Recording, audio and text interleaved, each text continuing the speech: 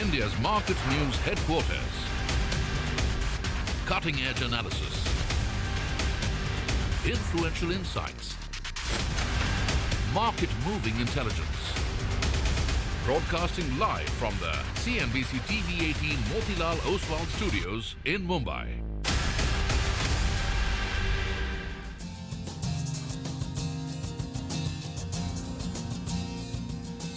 Good morning. You're with us here on a fresh new edition of Bazaar Morning Call. We are coming to you live from the CNBC-TV18 Motilal Oswal studios Friday morning, and it's going to be wait and watch.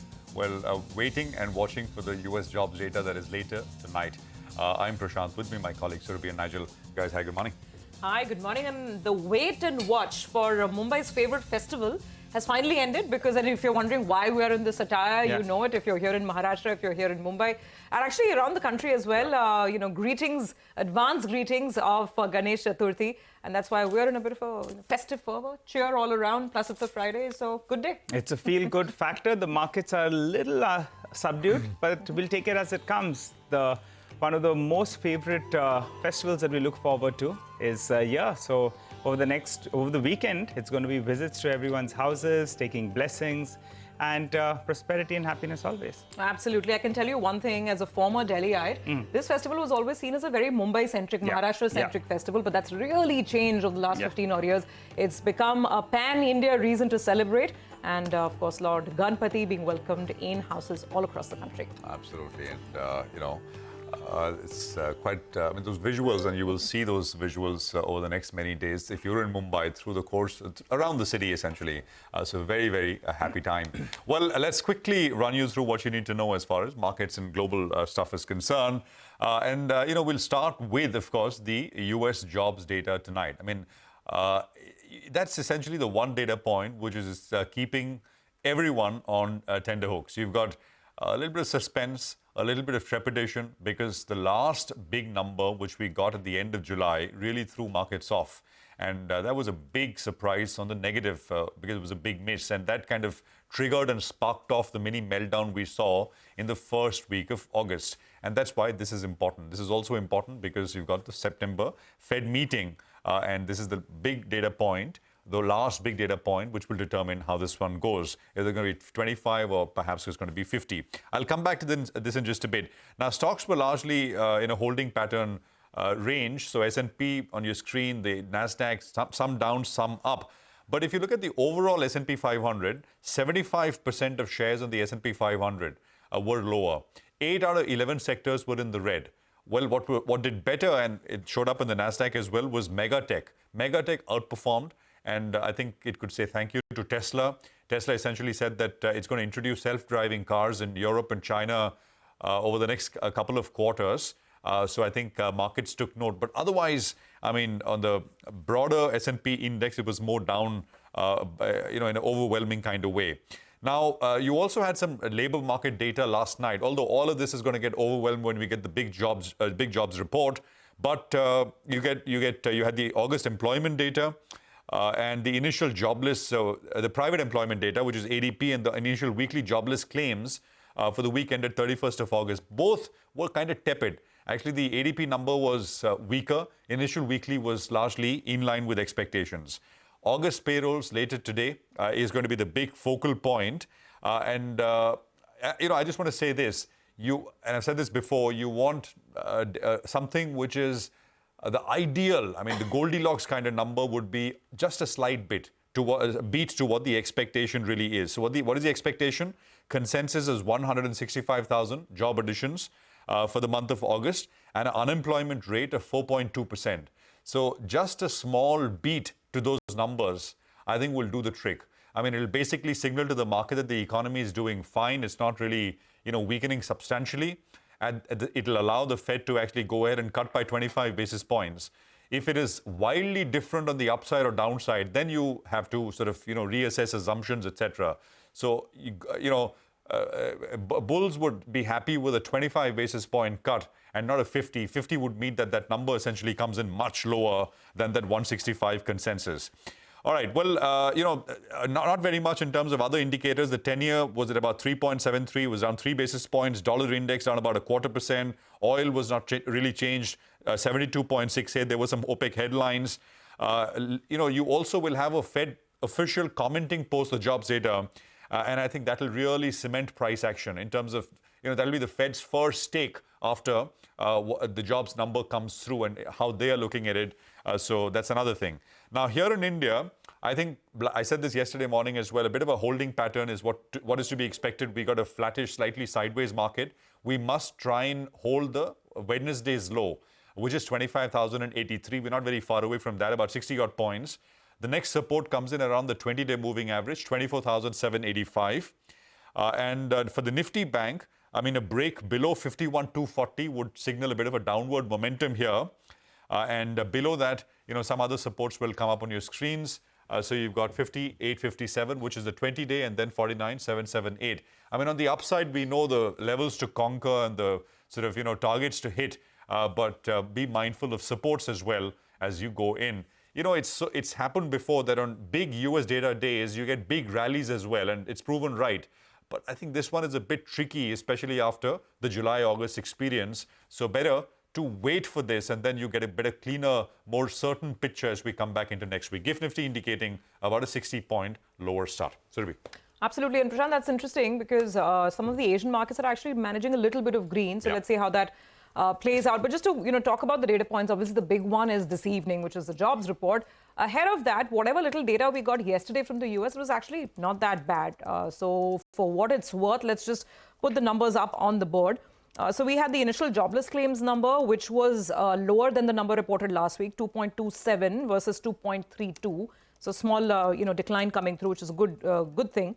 Then you had the August S&P Global Composite PMI number. That number was also better than expectations, 54.6 versus 54.1. Then we have the services sector data, the ISM services data. Remember, manufacturing was weak, but services was better, 51.5 versus estimates of 50.2. But obviously, these pale in comparison to the big number. That's the non-farm payrolls report that we'll get this evening. Now, as I was saying, Asian markets this morning, they've got a little bit of a green around them. The data point in focus in Japan is actually household spending, which is interesting because remember, earlier in the week, we got the inflation print from Japan, last week actually, and that was higher than anticipation. But the household spending number is actually quite weak. I mean, spending is up only 0.1%. Expectations were at least a 1.2 sort of a number. So that's making people wonder whether the Bank of Japan will indeed stay on hold because it seems that households are, not very active when it comes to their spends. Anyway, to talk about the picture, by the way, Hong Kong's not trading yet. There's some typhoon over there, so not getting rates in Hong Kong, keeping that in mind. Coming back to the oil markets, there's a lot of range-bound action on oil, but there is a bit of a bounce from the extreme lows that we had. The news has now more or less become official. Yesterday, the agencies put this out as well, that indeed OPEC Plus has now come together to sort of agree on a deal where they'll be pushing back any increase in production by at least 2 months. The anticipation was they'll supply 180,000 barrels per day additional to the market, but they're not going to do that, not for the next 2 months, and that's the reason why there's a bit of a support to oil prices. Back home, if we talk about the flows picture, then it's quite similar to what we've been seeing in the past as well. We've got domestic institutions which have been on the buy side, but that buy figure is a little lower than what we've seen in the recent past. Among other things, in terms of corporate action, watch out for the AGM for Godfrey Phillips because so much is going on with that family dispute. And yesterday, Ms. Beena Modi got a huge relief from the courts. She can indeed exercise the rights over that large chunk of shareholding. So let's see how this goes. It's going to be pretty action-packed from a news point of view. But I think we're starting off with cues which are not too bad, Nigel. Well, that's right. And the Nifty bulls, they have been very, very smart and, they've been on the ball. And yesterday, it seems they have sensed that overnight there could have been something that's coming in there because all of a sudden, from around midday, you had the Nifty that actually ended closer to the low point of the day. It could be a weekly expiry-related factor as well, but they preempted something. And that's why if you look at the chart, you'll see that we ended closer to the low point of the day. But there are two global cues actually that are supporting us. Brent crude prices still have not bounced back, irrespective of the news flow. It's still holding at the lower end of the range, which is good news from an India perspective. And the dollar index as well, it pulled back close to around 0.3% or thereabouts. So a softer dollar and weaker Brent crude prices bodes well for an emerging market like India. We ended lower yesterday, but there was more of unwinding. On the Nifty bank, we saw unwinding of open interest out there. And on the Nifty, the premium actually went up. So, so there are some counter long positions as well that got added. What about the FIs and the clients? The FIs, they continue to remain net long. But from the start of this week, from around 2.5 lakh contracts, that number has come down closer to around 2 lakh contracts. So they're unbundling some long positions. And as we always want, we want some, we don't want an overtly long FI sitting in there. Some shorts in the system are always good. The clients, they are the ones. And in percentage terms, that's the FI positioning. Close to around 68% of their positions are on the long side. The clients are the ones that got it right, and they were building in some short positions. But from the start of the week, from having around 1.5 lakh contracts on the short side, that's come down by 50,000 contracts, now around 90,000 contracts on the short side, which is telling you the clients as well are covering their short positions when the market dips a little bit, which is good news, which I'll view as a positive, and that's why I believe that this uptrend is well and truly on. Look at the options data, 25,000 put. Well, that was very active in yesterday's trading session. Premium around 72 rupees. And 25,200 call, well, that as well was fairly active. Going by the options data and going by how the markets have been moving around in the past few sessions, I'll give you a couple of levels. Because the 25,000 put has seen a fair bit of writing, the important level that it needs to hold is around 24,950. Till this is holding, you're saying that that journey towards 25,500 plus, that's on, though resistance could come in at around 25,350. And I just, at the end, we'll just pull up the intraday chart of the Nifty IT index. But the Nifty bank as well, has been taking support at around this 51,200 to around 51,250. A couple of sessions ago, it went down to this mark and bounced off from there. So that's an important reference point as well. But the IT index as well, even in yesterday's trading session, saw a big bounce up from the low point of the day. And that's the one that's been lending support. So I think if we get a 100-point downtake, the odds are that we bounce off those lows. So let's see how this goes. Okay, let's see if the bulls can indeed prevail once again. Let's kick it off then with the equity call of the morning. Surendra Goyal of Citi says that FII inflows have been net negative in most cases in the immediate 1 month to 3 months following the commencement of a US rate cut cycle, but positive over 12 months in most cases. He says healthcare and staples did well over 12 months from the start of the previous rate cut cycles. He says they are making a few changes to their top picks by removing industrials and utilities from sector preferences and their stock lists. He's saying that they have added HUL to their India preferred list and adding Bharti Hexacom to their mid-cap picks. All right, well, let's get you some money market views as well. This is Lakshmanan V of Federal Bank, who says that the dollar index saw some recovery after making a 13-month low due to lower U.S. jobless claims and stronger services PMI data. He says non-farm payrolls data is awaited for further guidance on FOMC. He adds rupees holding at record lows due to dollar demand from importers. For the coming sessions, he expects the USD INR to trade between a range of 83.8 to 84.15 to the dollar. On bonds, Lakshmanan says Indian government bond yields were largely unchanged, with the benchmark yield glued near key 6.85% level in the absence of any major factors.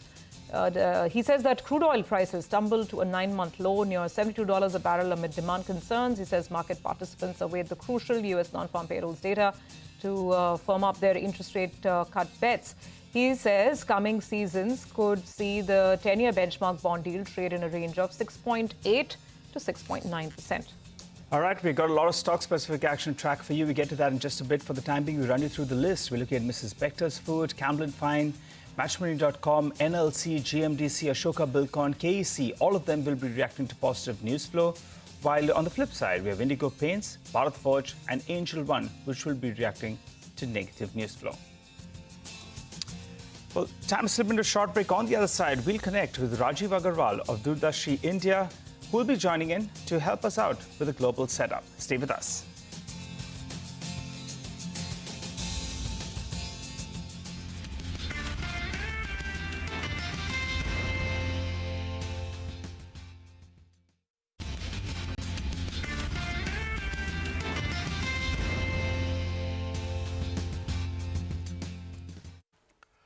Okay, welcome back. The markets, of course, will be watching the big data point, which is U.S. jobs. But, sometimes we look at history, we look at the past and say, well, will it be as material going forward as well. More often than not, it is not.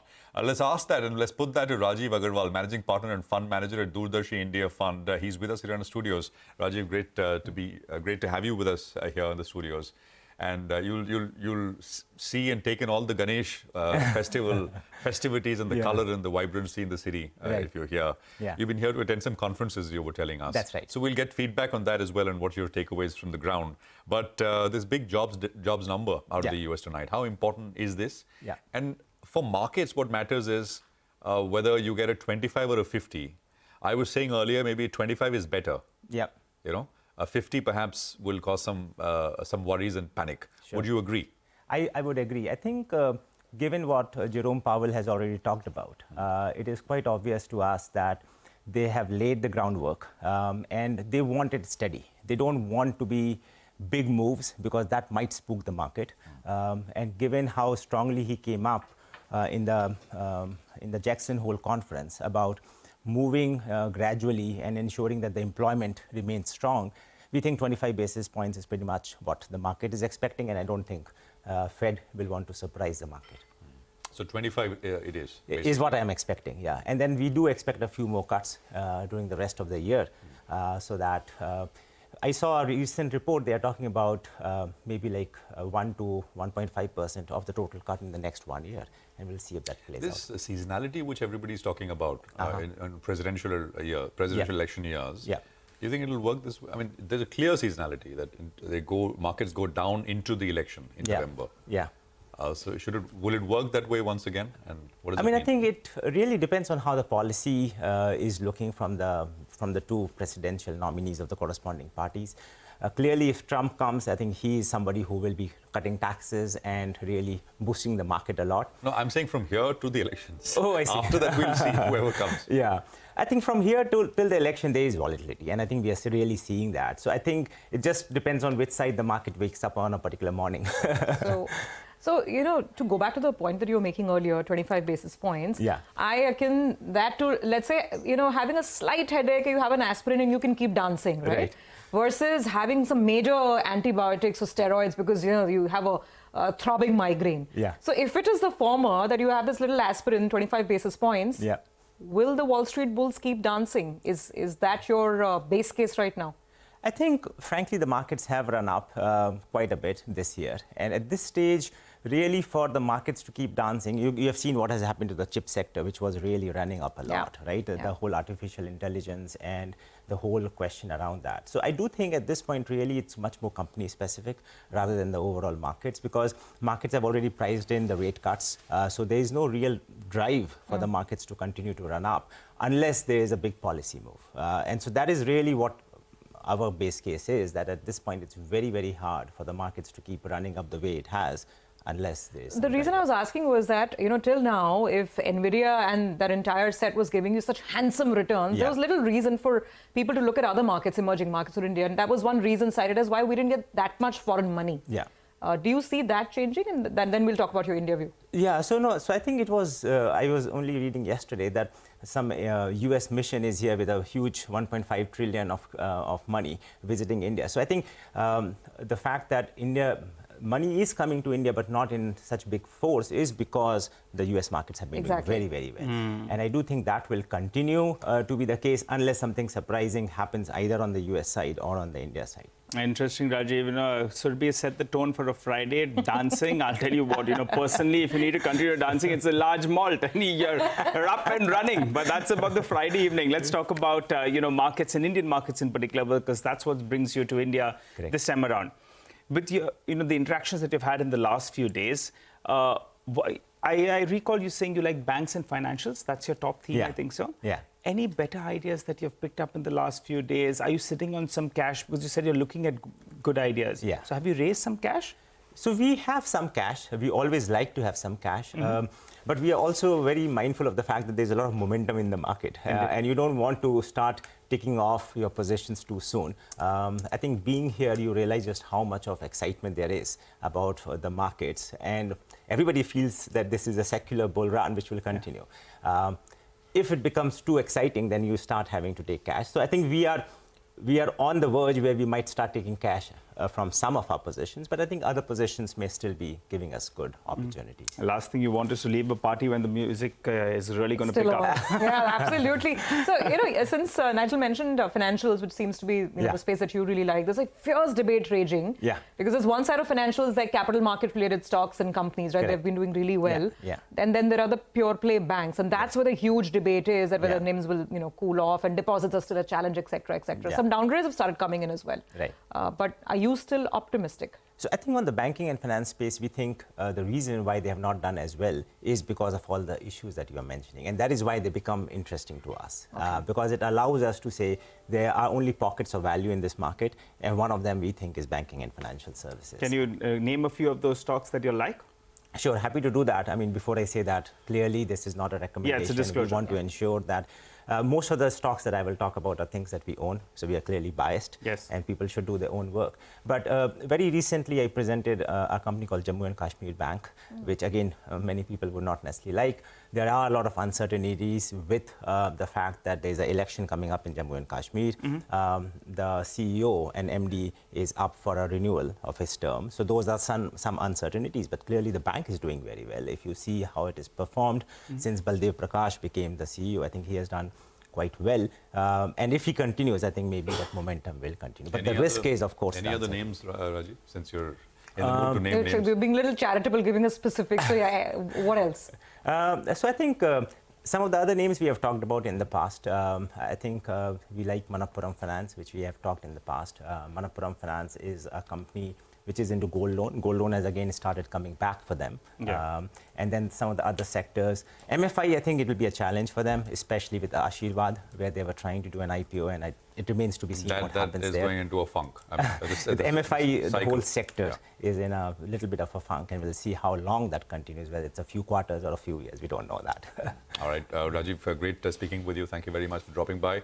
Appreciate it. Have a good visit and safe travel back. Thank you. Great, thank you. Well, we'll take a quick look at what is happening as far as specific stocks are concerned. Our research team is standing by with exactly that. And let's kick this off with Indigo Paints first up. Lots of blocks, lots of fundraising. Nimesh is here to tell us about Indigo Paints. Nimesh, good morning. Hi, morning, Prashant. So another large block this time in Indigo Paints. Peak Partners, Peak Investments, basically, which is ex-Sikoa, they are looking to sell 11% stake in Indigo Paints via block deal today. The indicative price is around 4.5% discount to yesterday's closing price. Now, Sikoa owns close to 25%, so they're selling 11%. And for the remaining stake, there is a 90-day lockup as well. Interestingly, there is hardly any mutual fund holding, and I understand the demand is quite strong. So the execution could be important. If it happens in the block window, we may not see a big reaction, or else the stock will open in the red. Okay, all right. Thanks a lot for that, Nimesh. Well, let's go to Abhishek. He's here to tell us about Mrs. Bector's Foods. Morning, Abhishek.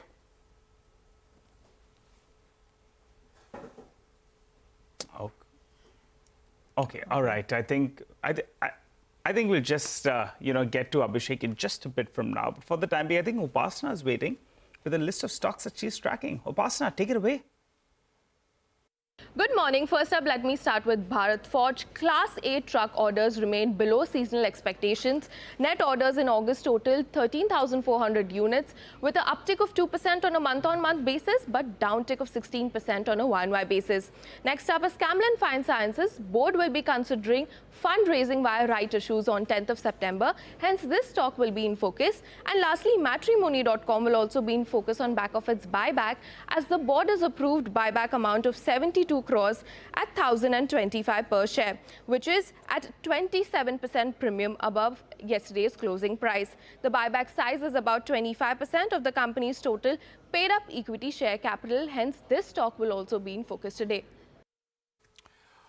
Okay, well, let's talk about Mrs. Bector's Food. Abhishek is here with the details. Abhishek, morning. Morning, Prashant. So sources do tell us that Mrs. Bector Food has launched a QIP. The issue size is about rupees 400 crores. Indicative price is about 1,550 per share, which is at a discount of just 3.9% to yesterday's closing price and about 1.8% to SEBI floor price. So very small discount over here, unlike the other issues that we have seen with a massive discount of 5 to 10%. So in terms of equity dilution, it will be about 4.4%. The use of proceeds mentioned in the term sheet is that they will repay part of full of their outstanding borrowings, investment in their subsidiary, that is Bake Best Private Limited, for financing the project cost towards Khopoli expansion project. Financing the project which is in Madhya Pradesh as well, and general corporate purpose. The book running lead managers are ICICI Securities as well as others. Back to you. All right, Abhishek, thank you very much for that. So we'll watch out for Mrs. Bector's. Let's head across to Vamakshi now. She has a bunch of stocks on her radar as well. Vamakshi, good morning. Well, good morning. Let me first start off with NLC India and GMDC. Both of these counters are expected to open higher today, and that is because the coal ministry has issued allocation orders for 3 commercial coal mines, which includes the Machakata coal mine to NLC India and the Kudanali Lubri coal mine to GMDC. Apart from that, watch out for Ashoka Buildcon as well, and that is because its arm Viva Highways has monetized the Pune land for 453 crores. KEC has also won a couple of orders and expect the stock to open in the green, and that is because the company has received orders worth 1,423 crore for design, supply and installation of transmission lines in Saudi Arabia. And lastly, let's also focus in on Angel One. Gross client addition stood at 9 lakh. This is a downtick of almost 21% coming in on a month-on-month basis, as compared to an uptick of almost 21% on a month-on-month basis that we saw in the month of July. The client base also saw an uptick of 3.3%. Average daily orders, however, were down nearly 1.4%. The average daily turnover was up nearly 3.1% month-on-month. The market share, as far as the equity market share and F&O market share is concerned, that has remained flat month-on-month, and in fact the F&O market share has remained flat month-on-month for the 3rd consecutive month. Commodity market share, however, has seen an improvement, up nearly 180 basis points to 63.3%. But I'm going with a red for this counter, mainly on account of gross client addition slowing down. All right, Vamakshi, thanks a lot for that. And belated happy birthday. Hope you had a good one yesterday, part of the celebration yesterday. And I'm sure you're going to have it full throttle over the weekend. But wishing you a great year ahead. Thank you so much, Nigel. Well, on that note, let's do a quick recap of all the stocks we just covered for you. The ones with positive news flow include Vectors, you had Camblin Fine, Matrimony.com, NLC, GMDC, Ashoka Buildcon, and KEC. While stocks with negative news flow are Indigo Paints, Bharat Forge, and Angel One. That's about all the stocks that we're talking about, but let's get an insight into what's going on in the commodity markets. Manisha Gupta joins us to help us out with that. Morning, Manisha.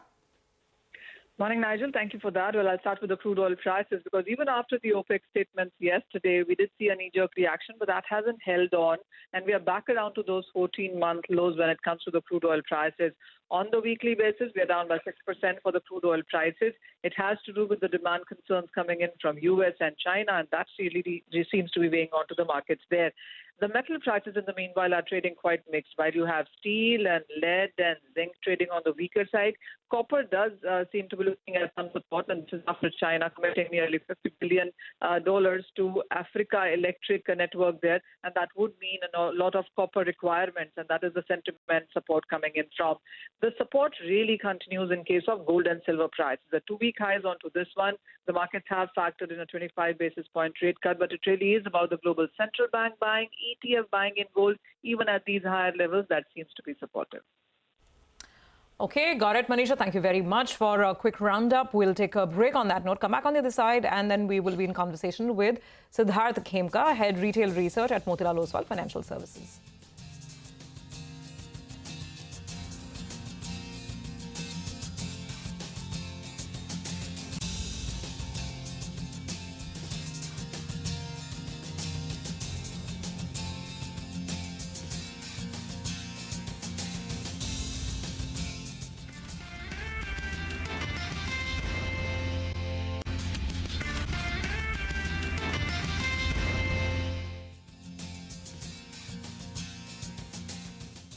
Welcome back. Hope you're having a good morning. Well, to help us out with some fundamental analysis, Sid Khemka, Head Retail Research at Motilal Oswal Financial Services, joins us on the show. Hi, Sid. Good morning.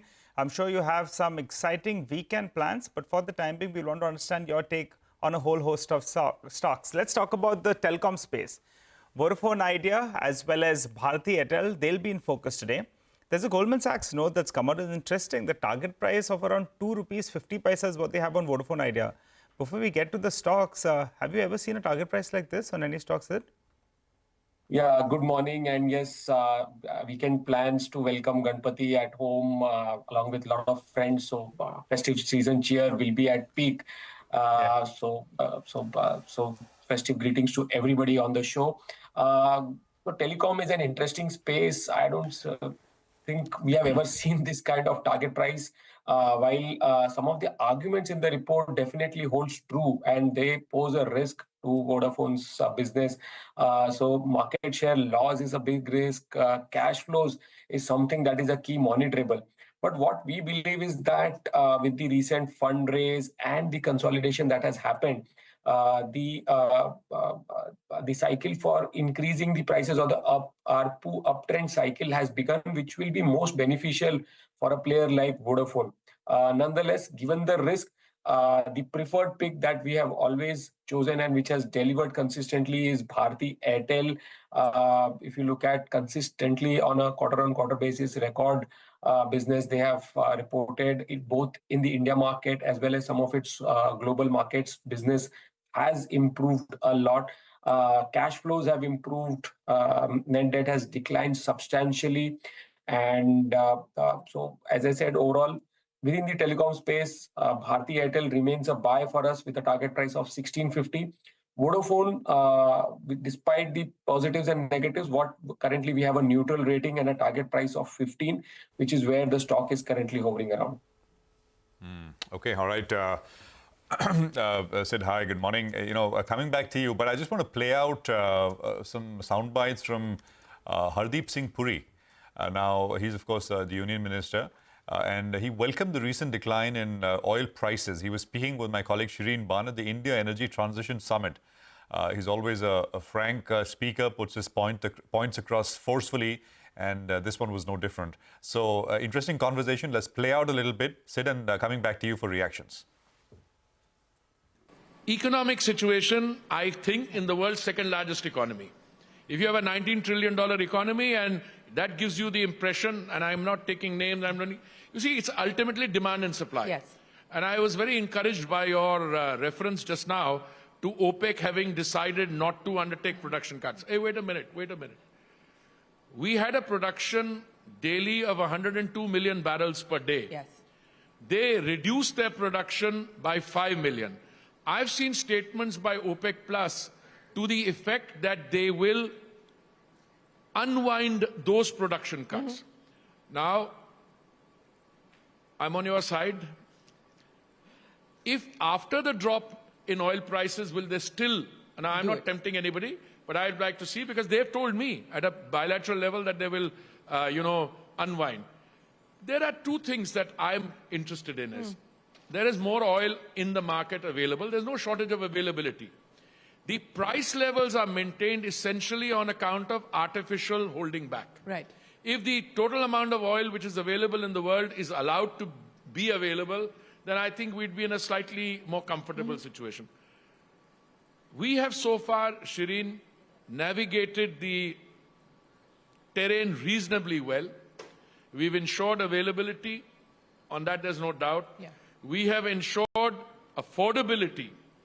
And I have a few things to tell you about that, no doubt. And on top of that, we've managed a fairly significant green transition on all fronts. Thank you very much for very comprehensively setting the context of the balancing act, and you're very right in pointing out that, especially as far as the oil and gas sector is concerned, you do have a balancing act, because you do have to keep in mind the interests of the companies that that report to you as well. But let's talk about the energy transition, sir. And one of the decisions, in fact, the first decision taken by the cabinet in the third term of the government, was the solar rooftop scheme that the Prime Minister announced, and it got the cabinet approval and the cabinet nod. So it's very clear that this continues to be an area of priority for the government, both in terms of bandwidth as well as in terms of government resources. Now, lay out for me what you believe have been the major milestones achieved so far. And in terms of targets, we just had, Dr. Gavin talking about setting ambitious targets. And by the way, sir, that was a masterclass on, the energy transition. So thank you very much for highlighting, the world and how it is being reshaped by companies companies like Honeywell. But back to the question in terms of the targets that the government is working towards and what you believe the priorities now need to be. First of all, on the balancing act, make no mistakes, I'm on the side of lower prices of oil. Because if you're 88% dependent on imports, obviously the interests of one or two companies, they're my friends, both in the public sector and the private sector, their interests will take second. If the prices come down further, as a country, we benefit, number one. Number two, the green transition. You mentioned the solar rooftops. Very significant. That's a scheme which is, I think, very dear to the Prime Minister's heart. But it's one of many steps that he has taken. When he assumed responsibility in 2014, our total biofuel blending was 1.53%, if I remember correctly. Today, last month, I think we did 15.8%. We are today, in terms of biofuel blending, the second largest economy. I mean, Brazil, us, we've overtaken the United States in terms of sheer volumes because our population base, our consumption. By the way, 67 million people go to fill up at the retail stations every day. Yeah. Now, 67 million, 6.7 crore people, which means if your blending target is 20% by ethanol year ending October 2025, which is 1 year from now, we've already saved 99,000 crores on foreign exchange. We've given our farmers money. So it's a conversion of, you're turning the providers, you know, your annadatas are also becoming urjadatas. They are becoming providers for it. So there are a lot of things going on. Let's address a couple of the issues that you raised, and let's start by talking about the gas economy, because as you pointed out yourself, we've seen a big shift as far as the gas economy is concerned. On CNG specifically, you know, given the fact that automakers now are also looking at the possibility of using CNG for vehicles more and more beyond just the four-wheelers, and now onto two-wheelers, we've got the first two-wheeler being launched as well. Are you looking at a significant CNG network expansion also? Absolutely. First, the gas economy per se. I think when we took a decision that we were going to use, or rather increase the use of gas in our energy mix from 6% to 15%, a lot of people were initially somewhat skeptical. And I use the word skeptical, but say, well, this requires a investment about $500 billion. Where is this going to come from? But as we are moving along, you see it's coming. There was a second issue related to this, which was not so often discussed. Is gas really a green fuel? Is it green? And I think we got over that very quickly, because any determination of what is green is in relative terms. And everybody, I think, came to the conclusion is gas is as green as you can be, but compared to cooking coal and kerosene and wet wood, it's absolutely, desirable. Today, the fact that internationally, more and more gas is likely to be available. Again, I'm choosing my words very carefully because you don't know how the market develops. So we have dealt with issues relating to pricing. Earlier, we had a difficulty because we were using a formula which was based, I think, on 4 hubs. And it was very, once in 6 months you did the calculation. Correct. We changed all that. We brought it down to 2. We introduced a floor and a ceiling. And today, gas prices have been, by and large, very stable. What we're seeing world over today is a tapering down of the subsidies being provided to the electric vehicle space, and that has certainly impacted demand. We are awaiting clarity on whether we are going to see FAME 3 in the same avatar or in a different avatar. We were expecting it to happen around the budget or post the budget. It's still taking a bit longer. Is it likely to be reshaped significantly from its previous avatar? If you're talking about subsidies and money coming out of the exchequer, for that, I'm the wrong guy to talk to. I think you should invite one of my colleagues dealing with the subject. But no, let me put it this way. This personal view, the viability and success of any of these schemes will be real, and it is real, when it is viable in and of itself. It should not be dependent on a subsidy scheme, because then it's a little artificial. I think we've done very well. We have moved from an era of generally available subsidies to more specific targeted subsidies. When you talk of green hydrogen, the fact that 19,700 crores was set aside for The PLI. for electrolyzers is a case in point. Yeah. Now, what do you need to do? I think FAME 3, it will be rolled out. What is the mechanics? What are the amounts itself, etc.? I think what one needs to acknowledge is that the government has played it right. All right, that's the minister talking about the government's efforts in terms of fostering the green transition and the roadmap ahead. One of the big headlines, obviously, from that conversation was that there doesn't seem to be immediate, clarity on the policy roadmap for diesel. He seemed to be indicating that doing away with diesel is not immediately in sync with the thought process, at least right now. Let's go back to Siddharth Khemka for a couple of more questions. Siddharth, good morning. Great to have you on. So there's so much going on in oil and gas, right? There's a whole green transition. We've seen they've eased out the restrictions for ethanol blending as well. Sugarcane is back in the fray. Then there's so much happening. I mean, in terms of the news flow, Gujarat Gas is the biggest newsmaker, I guess, earlier this week. What do you like in oil and gas? What are you playing right now? Yeah, good morning, Surbhi. So yes, energy is a big subject for India, especially when we are an import-dependent country, both in terms of especially in the fossil fuel, be it crude or coal, and that is where a lot of efforts are going on. We believe the low crude prices are definitely a positive. What we have seen over the last 1.5 to 2 years is, despite a lot of geopolitical issues, crude has stabilized between that $70 to $80 per barrel mark, and that is very positive for not only the oil and gas companies, but also for the India Inc. as a whole, as it keeps the raw material prices in check. We believe some of these OMCs would do well with the crude being stable, and both the refining margins as well as the marketing margins are doing well. Within the space, HPCL is something that we like. It is a preferred pick, given that most of its capex is done, and the impact of that is already started visible in its numbers. So Hindustan Petroleum is the preferred pick within the oil and gas space. Coal India in the mining space is something that we like. We believe volume growth will continue at a growth of around 8% over the next few years. And with the high dependency on, so if you see the growth both in metals as well as in energy, coal would continue to do well. They have taken measures to increase production. It targets production of 838 MT in FY25 with around 15% of e-auctions, which gives a higher margins. So net HPCL within the oil and gas space and Coal India within the mining sector. Okay, well, I think we'll take a quick commercial break here. And we'll come back.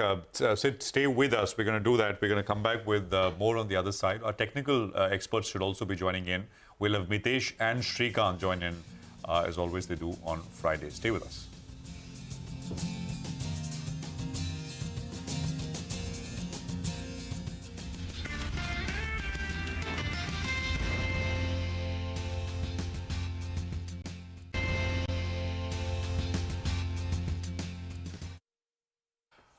Okay, welcome back. There's about 12 minutes to go for the pre-open session at 9 o'clock. Let's get Srikanth in and let's get our technical sort of trading cues coming up as well. Srikanth, good to have you with us here. Thank you very much. How are things looking? I mean, a little bit of a drift lower is what we saw yesterday. Although it's not really very convincing, right? Because day before yesterday, that is Wednesday, we saw a dip and then that was bought into. We got a 100-point bounce. Yesterday, that bounce did not come. But again, I mean, no momentum on the downside either. What would the trade be? Because the big talking point, and it perhaps could move markets again, is the data point out of the US later tonight. So what should the trade be today? Yeah, good morning, Prashant. Good morning, everyone. Yeah, absolutely. I think the market is clearly waiting for the outcome which will come today in the evening from the US about, which is related to the job. And I think that's the reason we are seeing the market is like in a range. But as long as the markets are sustaining above the levels of 25,000 in the near term, we could see range bound sort of activity. But if we see today, the market is like closing below the levels of 25,000, then in that case, we can see further more weakness in this market. I'm to say then the traders as well as those who are like investors in the market, they will be more cautious in that case. So 25,000 is the level which is something very crucial. If we see any strong reversal from these levels, then again the market can retest the levels of 25,350. But broadly, I'm of the view that the markets are going to remain in a range. Bank Nifty is already not indicating any specific move, so there also we are seeing range bound sort of activity. So Bank Nifty 51,800 is the important level to cross. Above that only we can expect trending activity, and on the downside 50,900 is the crucial support to watch out for. Okay, all right. I'll come to stocks in just a bit, Srikanth. Let's get Mitesh in as well. Mitesh, come in with how would you trade the indices first? So Prashant, my belief is that we might be seeing some, possibility of a consolidation happening in the indices. There are chances of markets turning slightly range bound. The range which I'm looking at is about 25,000 and then support at 24,900. That's for the Nifty, and on the upside 25,330. Yesterday, for the first time after many days, we saw the 2-hour chart and the 3-hour chart, kind of showing some signs of tiredness, and the indicators were turning down. So the initial belief is that we might be just starting that process of getting into consolidation. Okay, let's talk about individual names then. Mitesh, you go first. What do you have? On the stock side, Prashant, good morning. I have a mix of buys and sells. Chola Finance is a buy with a stop at 14.99 for targets of 1,600. Adani Ports is sell with a stop at 14.82 for targets of 14.20. Bata is sell with a stop at 14.56 for a target of around 13.90, and a buy on Indian Hotels with a stop at 6.57 for targets of 700. Okay, Mitesh, got it. Thank you very much. Srikanth, let's get your stock picks as well. What are you working with? Good morning, Survi. I think the markets are clearly facing the phase of correction and rotation. So as the markets are again into corrective mode and they are in the range, I'm of the view that traders are now shifting from some aggressive stocks to some defensives like IT as well as FMCG and a few other which are related to the crude sensitives. So in that case, we like HCL Technologies, which is around some 1790-95. There I'm expecting stock to move towards 1900, 1950 in next few days. So it's a buy at current levels around 1790 with a final target of 1950 to 2000. We can keep stop loss around 1740 for the same. We also like Grasim, which is around 2740-45 yesterday. And from here, the stock can move back to the levels of its previous high, which was around 2860-65. So Grasim is also a buy at current levels with a stop loss close to 2690. Thanks a lot for that, gentlemen. Well, let's get in Sony Patnaik of JM Financial to help us out with some F&O strategies. Hi, Sony. Good morning. Hope you're having a good start to the day. Run us through your strategies, both on the index as well as stocks. Good morning, Nigel, Surbhi, Prashant. Thank you for having me on the show. So I think for Nifty, we can see that it is clearly holding in a range of 25,000 to 25,200. It shows that the call writers are accumulating themselves in three main strikes, which is 25,200, 25,300 and 25,400. So until and unless Nifty does not cross these levels, the short covering will be difficult to come. On the other side, any move below 25,000 can see a profit booking towards 24,700, 24,600 odd levels. So the idea for Nifty is to remain cautious and hedge for next week. And similarly for Bank Nifty, any break below 51,200 will add some profit booking to the momentum. It can test 51,000, 50,900 lower levels on intraday. And today being a weekly closing, it is important for Bank Nifty to at least bare minimum give a close above 51,600 to confirm that the upside can remain intact. Just if both the indices are failing to give the close above their resistances, then the profit booking scenario will just continue for the next week. Okay, all right. That's as far as the index is concerned. But Sony, individual stock names, any thoughts, any ideas here? Definitely. So I'll have a balanced approach here, buy and a sell idea. The sell idea comes in with JSW Steel, which is about to break a 20 EMA support. So in futures, one can sell it in the range of 930, keeping a stop loss of 945. The first target can be seen at 910 and a follow-up second target of 900 can be seen.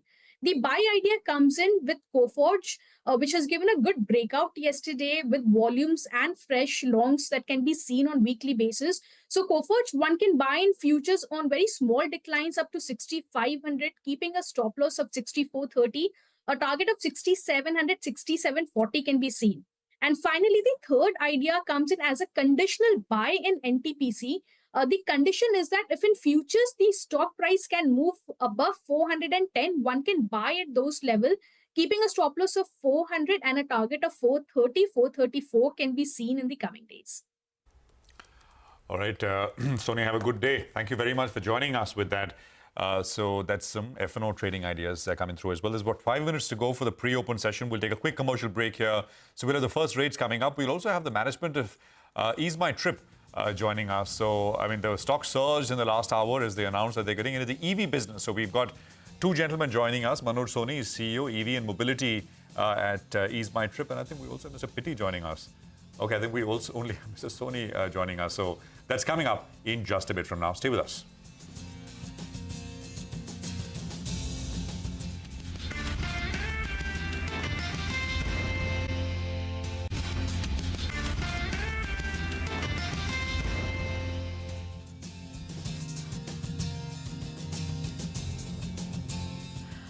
All right, just about 15 minutes to go before we hit the open. And of course, Asia has been slightly cautious.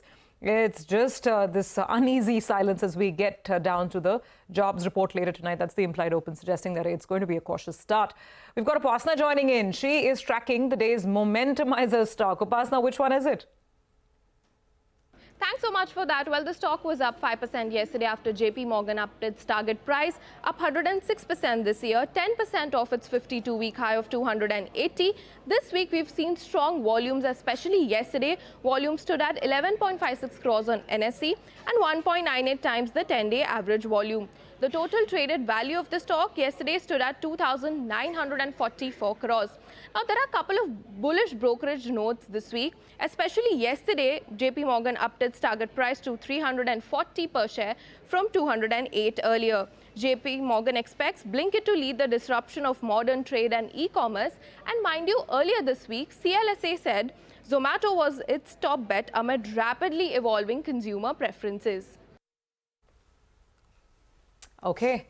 All right. Upasna, thank you very much for that. Well, let's head back to Siddharth Khemka for some thoughts. Siddharth, I just want to take up this one stock with you. I don't know if it's under your coverage or not.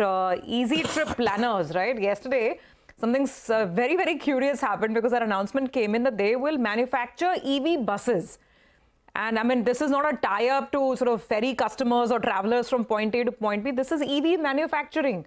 The market celebrated it because it has the word EV attached to it. But what are your thoughts? I mean, what's your view on the company, the stock otherwise, and then this latest development, which seems a clear diversification from the core business? So, Surbi, so we don't have coverage on the stock, but if you look at what the excitement in the street is, there is a lot of potential of growth in the EV segment, and the competition will get intense over the months to come. Setting up an EV manufacturing, you require capex, you require to set up an assembly line, you need technology. So I'm not too sure. Yes, it's a diversification from the core business. Street may have cheered up initially, but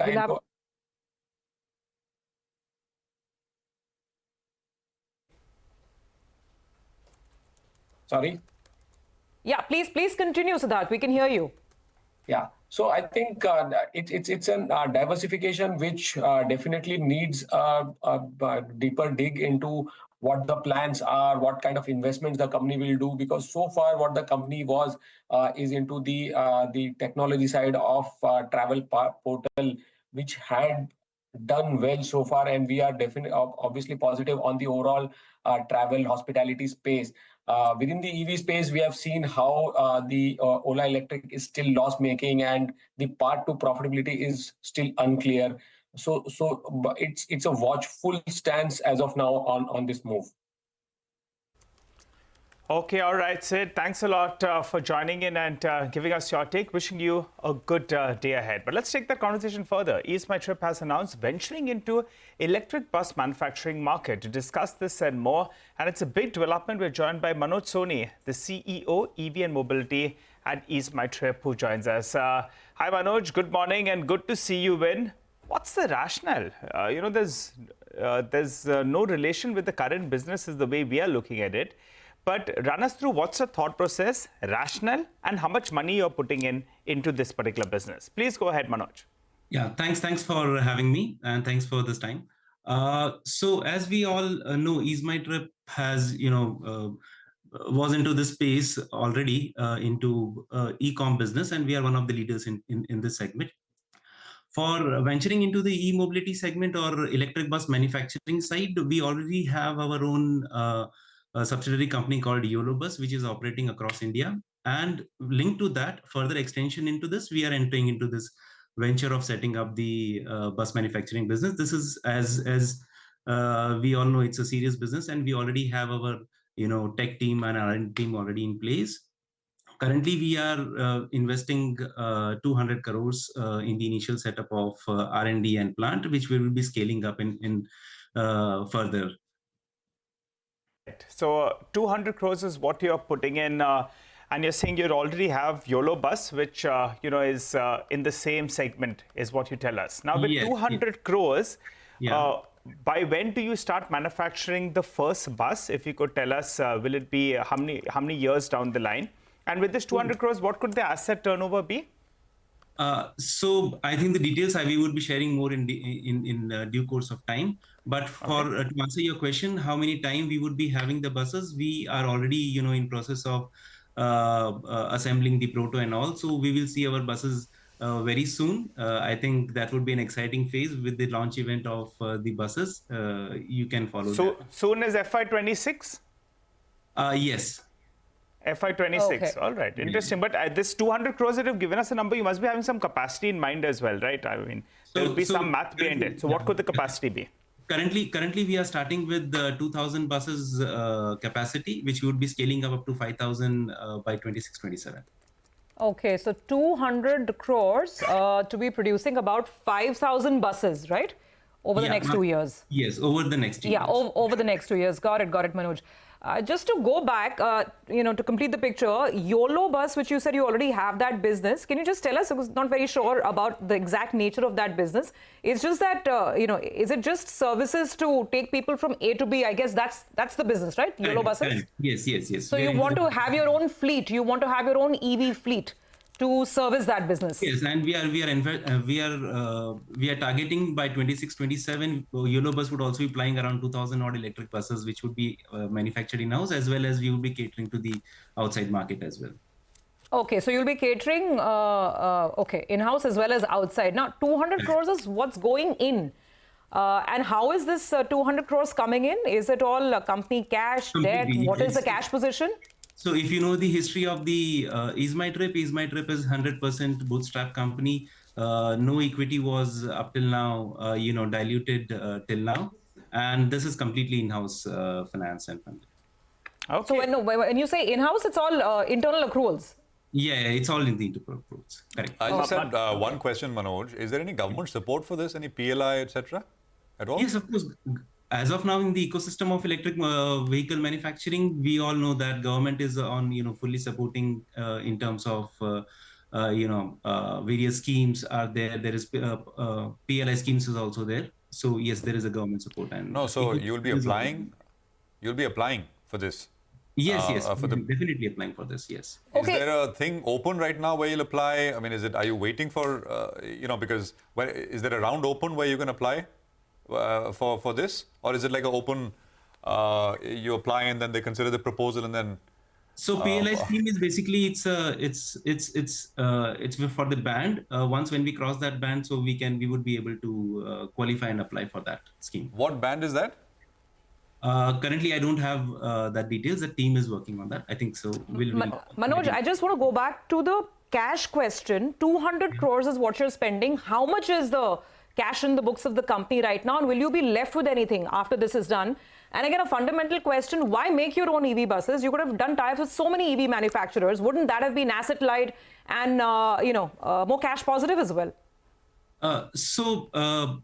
Ecosystem of entire electric buses, there is a growth already projected into this. We can say that there is an CAGR of 24% approximately from now to 2030 in bus manufacturing or bus domain side, and hence we see the potential over there for the further expansion and growth. That's the reason behind the venture, I believe. There's a huge growth potential. Let's get some concrete details. What is the cash right now? And you'll be spending 200 crores. So post that, what is the cash? I think so. We would be giving the financial details at a later. Okay.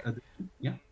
All right. So you're saying 200 crores is what you're putting. You're looking to manufacture 2,000 buses. That's the first hurdle, and then 5,000 buses. We speak to JBM Auto, who joins in, and he normally tells us that the price of the bus is approximately 1.5 crore. So if I, depending on model and specifications, basically. No, what I'm trying to understand is you're going to put 200 crores and generate revenues of more than 2,000 crores. No, it's not only that. I'm talking about the hard cash which will be raised for R&D, manufacturing setup and all other things, for the raw material and all other things. Obviously, that would be a separate line of funding that would be provided. Okay, all right. Manoj, we'll leave it there. Thank you very much for joining us. Appreciate it. And we look forward to having Mr. Pitti join us as well, on a more sort of corporate strategy basis, right? But good luck as you execute the EV business for them. Thank you. But we look forward to having the promoters with us later. Well, that's the Easy My Trip stock. I think the pre-open has, of course, kicked off. The pre-open has ended as well. It's 9:08. So the Nifty is indicating a 50-odd point lower start right now. Well, I think there is a fair bit to talk about in terms of individual names. Maybe we can pull up Vodafone Idea in the pre-open, see how that is doing, and look at Ola Electric as well. Nimesh tells us that the lock-in for pre-IPO investors opens today for Ola Electric. So Ola, of course, moved up. We had the management with us, 3% lower. Million shares is what is showing right now in the pre-open. And Vodafone Idea is the next one, where there is that call from Goldman Sachs, which I think is generating a fair bit of attention. But before I get to Vodafone Idea with Rima in just a bit, but let's go across to Mitesh as well with what he's making of things. Mitesh, the pre-opens with you. You've got some rates coming in through as well. What are your trades? Yeah. So I would suggest a long on Chola Financial for targets of 1,600. Sorry, buy Chola Finance? That's right. Okay, target of 1,600. Got that. So that's the 9:10 call coming in from Mitesh. Let's go across to Rima now to talk about Vodafone Idea and that call from Goldman Sachs. Rima, over to you. Thanks so much for that. So Goldman is written on the entire telecom sector. And let me start with Indus Stars, because here Goldman Sachs has downgraded Indus Stars to a sell. Their target price now stands at 350, much lower than the current market price, which is well over 400 rupees. They say there has been a significant improvement in Indus Stars fundamentals, and therefore they go ahead and raise the EBITDA estimates by nearly 17%. There is a merit for higher valuation multiple too. But according to them, Indus's re-rating is overdone. And plus, they still have concerns on Vodafone Idea, and therefore that limits Indus Star's medium-term growth visibility. So now coming on to Vodafone Idea, where Goldman Sachs is just not convinced. Their target price stands all the way down to 2.5 rupees. They maintain their sell call. They say that yes, the recent capital raise is incrementally positive, but it's inadequate to stop the market share erosion. According to them, the company will continue to lose market share. Their estimates are a 300 basis points market share loss over the next 3 to 4 years. And they're saying that unless the government converts their AGR dues into equity, things look difficult because the company's ARPUs will need to increase by 200 to 270 rupees for this company to be sustainable. And that's a low probability event to see that kind of an ARPU increase. On Bharti Airtel, Goldman is very bullish. They say it warrants a premium multiple and evaluation. Their India revenues will go by 16% over the next 3 years. EBITDA will go up by 21%. And what they expect is market share gains, 2, organic growth levers like 4G and postpaid, and 3, future tariff hikes. Back to you. All right, Rima, thank you very much for that. That's Bharti in focus, and the entire telecoms pack in focus there. Well, Aavas Financiers is the other one we were watching out for. And Abhishek is standing by to put the spotlight on it once again. Stocks up about 2% in pre-open. Abhishek, over to you. Well, Prashant, Goldman Sachs has written on Aavas Financiers. They have upgraded the stock to buy and, made a target price of 2,160 per share. They see value emerging as the company has guided for an improved growth outlook. ROAs to expand under the new management, which they believe is not adequately priced in the valuation multiple that's been given to the entity. So they expect management improvement in the operating efficiency, that is cost to income ratio, by 700 basis points to about 39% by FY27, as well as stable margins and credit cost as well. So they forecast an operating profit CAGR as well as PAT CAGR of 25% over the next few years for Aavas Financiers. Back to you. Okay, all right. Thank you very much for that. Abhishek will keep that stock on the radar as well. Aavas Financiers. In the pre-open, the Nifty settled with a cut of about 51 points, and it's once again the bank Nifty that's looking a little shaky. A lot of the key banks like SBI, ICICI Bank, Kotak, even HDFC Bank, all of them are stacked up at the bottom of the screen. So let's see if this changes. But otherwise, it promises to be a bit of a cautious start. Some of the names like Bharti Airtel, the stock that Rima was just discussing, where there's a positive commentary coming in from brokerages, that's on the green side of the screen. At least we kick things off. But let's see, guys, if we get better traction in the mid-cap market, because even yesterday, that's where the flare was. Oh, you guys are going to be watching the jobs data today evening? Or are you going to be... Prashant is definitely watching. We'll try. Yeah. Who said? I think Anuj once, मुझे याद नहीं आ रहा, हिंदी में बड़ा अच्छा सा कल देखेंगे something. Basically, कल देखेंगे. That's what I think. It was. It's one of those things. But it is what it is. It's going to be an important one. And hopefully it's not going to be as important as it was last time. Last time was like out of the blue, big bazooka, right? Mitesh is still with us. There's 2 minutes to go for the pre-open session. Mitesh, just a couple of names coming your way. So talk to us about Tilaknagar Industries. And if it's been a big mover, right? And Nigel has been keeping a close eye on this one. Fresh highs, I think. Where does it go from here? So I think I did hear Nigel talking about Tilaknagar Industries a few days back, and there's clearly a breakout which happened yesterday. What I call as a cup and handle formation has given a break on the upside. The first target is around 360, so very bullish over here. But given the fact that the stock is in new highs, don't be surprised to see the targets being exceeded. The trigger fundamentally for it is that the Andhra Pradesh policy, liquor policy, which is likely to be implemented from October onwards. And in UP, when that liquor policy was implemented, the sales went up by 3x for the branded industry. So that is why the street is a little bit excited on the fundamental front. On the consumption front, Samsara is a good gin, which I enjoy. They have minority stake over there. Samsara is still, I didn't know that. Yeah. Minority stake? Yeah, that pink gin. But they don't make it. Yeah, they have a minority. I think 10 or 20% stake is what they have out there. And they got it at very, very low levels. But the way the sales are going up, I guess if they want more, they'll have to pay more. For now, I'll just be having my 60. Fully cued in on analytics when it comes to all things Friday. Mitesh, just a quick word on the other one is Edelweiss, which has been going like a rocket.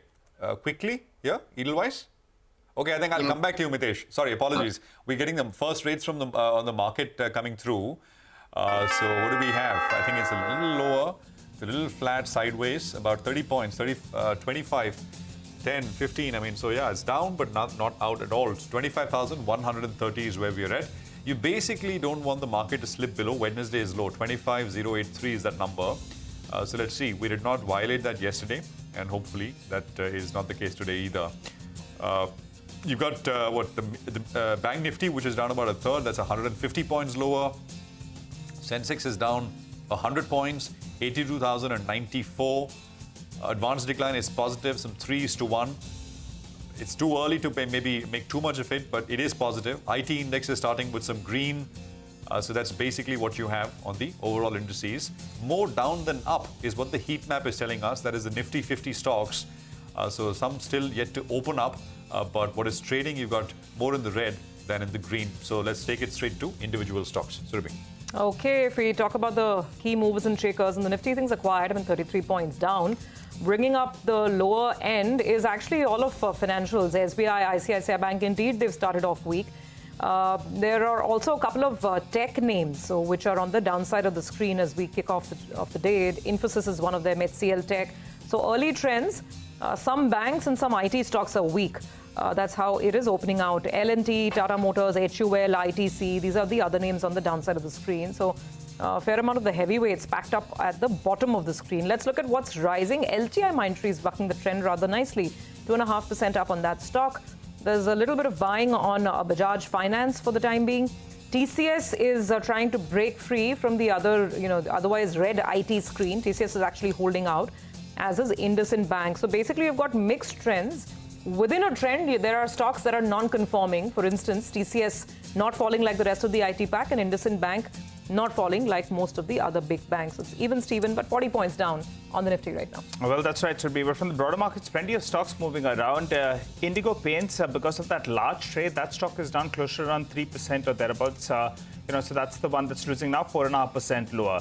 The Goldman Sachs impact has had a bit of an impact on stocks like Indus-Stars as well as Vodafone Idea. They don't believe fundamentally the stock should be at these levels. So both those two stocks, in fact, are lower in trading session. Ola Electric, because the lock-in opens up, so that stock as well is down closer around 2%. Let's talk about a couple of winners then. You have KEC. They're bagged an order worth around 1,400 crores for transmission lines in Saudi Arabia. Street likes it. That stock is flying away as we speak. Ashoka Buildcon, one of their arms, Viva Highways, they monetize land in Pune for close to around 450 crores. The street likes that as well. All in all, it's a flattish start. Bit of a negative tinge, but mid-cap index, that's the one that's still holding in the green. Prashant. No, yeah, absolutely. So hopefully it's going to be, we'll see some action, right? I mean, 40 points, 42 points lower is what you have as far as the indices are concerned. And 170 points lower is what you have in the sensex. So it's unlikely we'll see a very decisive move today because, you just don't know which way the number later tonight is going to pull. So you don't want to really be too aggressive on either on the long side or maybe, trying to be cute and trying to sell the market or anything of that sort. So just kind of sort of biding time more than anything else is what you're seeing. Not just here, but I think around Asia and the rest of the markets as well. So some more rates are coming up on your screens, and we've got individual names coming up. So for now, we've got about 25,100 on the Nifty. That's a 0.25% cut. The Sensex is down about a 0.25% lower, as well as we said BA Tech Vibhag, that order, and the stock is reacting, along with many other names here as well. All the stocks that our colleagues were just alerting us about, Vodafone Idea, Indus, and Aavas, they're all reacting to these notes, and they've come from Goldman Sachs. Aavas is still retaining the opening pop. In fact, it's picking up some volumes as well. 4% up on Aavas Financiers. GS likes this one. But Indus and Vodafone are the two stocks that Goldman Sachs is not that optimistic on. Negative commentary, and both of them have started the journey on the downside for the morning. Oh, absolutely. Well, we have Manish Santalia now joining us, Chief Investment Officer at MK Investment Managers. Manish, good to have you with us here on the program. It's been a while. Thank you for your time. You've been bullish, straight up bullish about prospects for the market, Manish. Even when we've spoken, when we had a bit of red in the screen, we were going through a bit of a down phase, and it's paid off. But tell us now, Manish, where are things at? And are you as sure about the fact that from here you'll make one will make a lot of money through to the end of the year? I'm not talking about the long term. Long term, of course, is the long term. I'm talking about, say, by the end of 2024. Go on. So the same story continues, Prashant. It's a buy on dips. There is tremendous amount of flows that is coming into the markets. There is a bit of caution because valuations are not very conducive. Roughly around 25% of the entire market is worthwhile buying from a point of view of valuation. It's a pick and choose market. All of that is staged. But having said that, I think the caution will come around the time when you go through the fourth quarter. After the US elections are done with, you have new stocks coming into the F&O segment. All of that will lead to some sort of a volatility.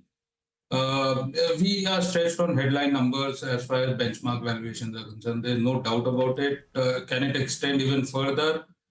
It can due to flows, but I think one should tread with caution. Okay, Manisha, hi, morning. So the challenge is that what do you buy at the dip? Because the dip tends to be very, very shallow in this market. For what it's worth, if you get some time correction, that's pretty much what you have to take.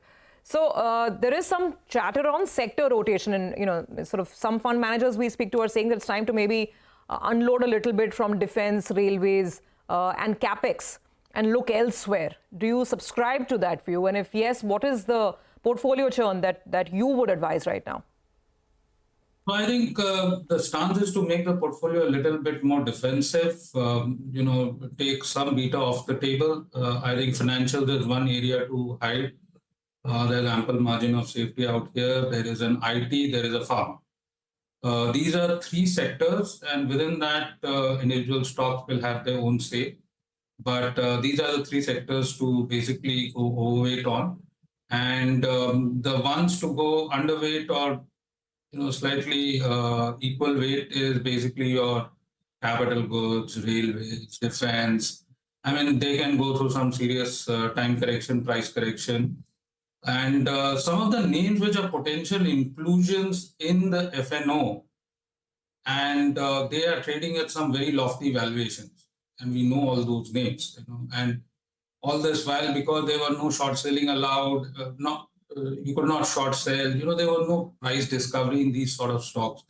But right now, when you have these sort of stocks come into the FNO, you could see some serious price damage in some of the names which are trading highly illiquid, first of all that, and secondly, at very elevated valuations. You could somehow make out that these prices are controlled in some way or the other. But now you would have an option to short sell. So these are the areas where you could see some serious price damage, and which will lead to a better price discovery. Otherwise, valuations are full in almost all sectors, but some sectors to hide would be your financials, IT, and farm. All right. Hi, Manish. Good morning. Good to see you. When, those stocks that could potentially come into the Nifty, the list is, I think, Zomato is one of those names. Avenue Supermarts is another one that could potentially come in, and Geo Financial, based on the changes in the FNO. They come into the FNO market first and then to the Nifty. So you'll be a little bit cautious on all these three names? So I think, fundamentals will definitely play a role. It is basically where the growth is going to come and how much of a growth is going to come. If it is priced way beyond comprehension, then obviously it's a no-brainer. I don't want to take specific names, but specifically Zomato, which we own, I think the street will get surprised on numbers on FY 26, 27, and even 28, so to speak. So I don't think really that, this is one name where you have a case of an overvaluation. This whole quick commerce thing is tripling of dark stores by FY 26. I mean, it's yet to play out. So we are owners of that name. Not that I'm specifically recommending this name to anybody, but we think that the numbers that are going to come for 26, 27, 28 are going to surprise on the positive side. We remain invested. That's not too much of a damage. But the other two names I don't want to comment, but suffice it to say, it is more to do with valuations and number.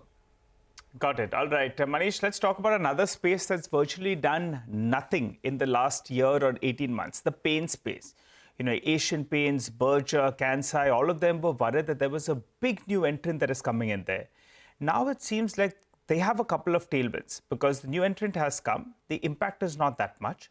Crude oil prices have cooled up, which will help them with their gross margins in Q3 as well as in Q4. And there have been price increases. And we just had a large trade when a crore shares of Indigo Paints got picked up in a flash. Your view on the paint segment, do you think it's set to paint it a better picture, say by FY 26 or the second half of FY 25?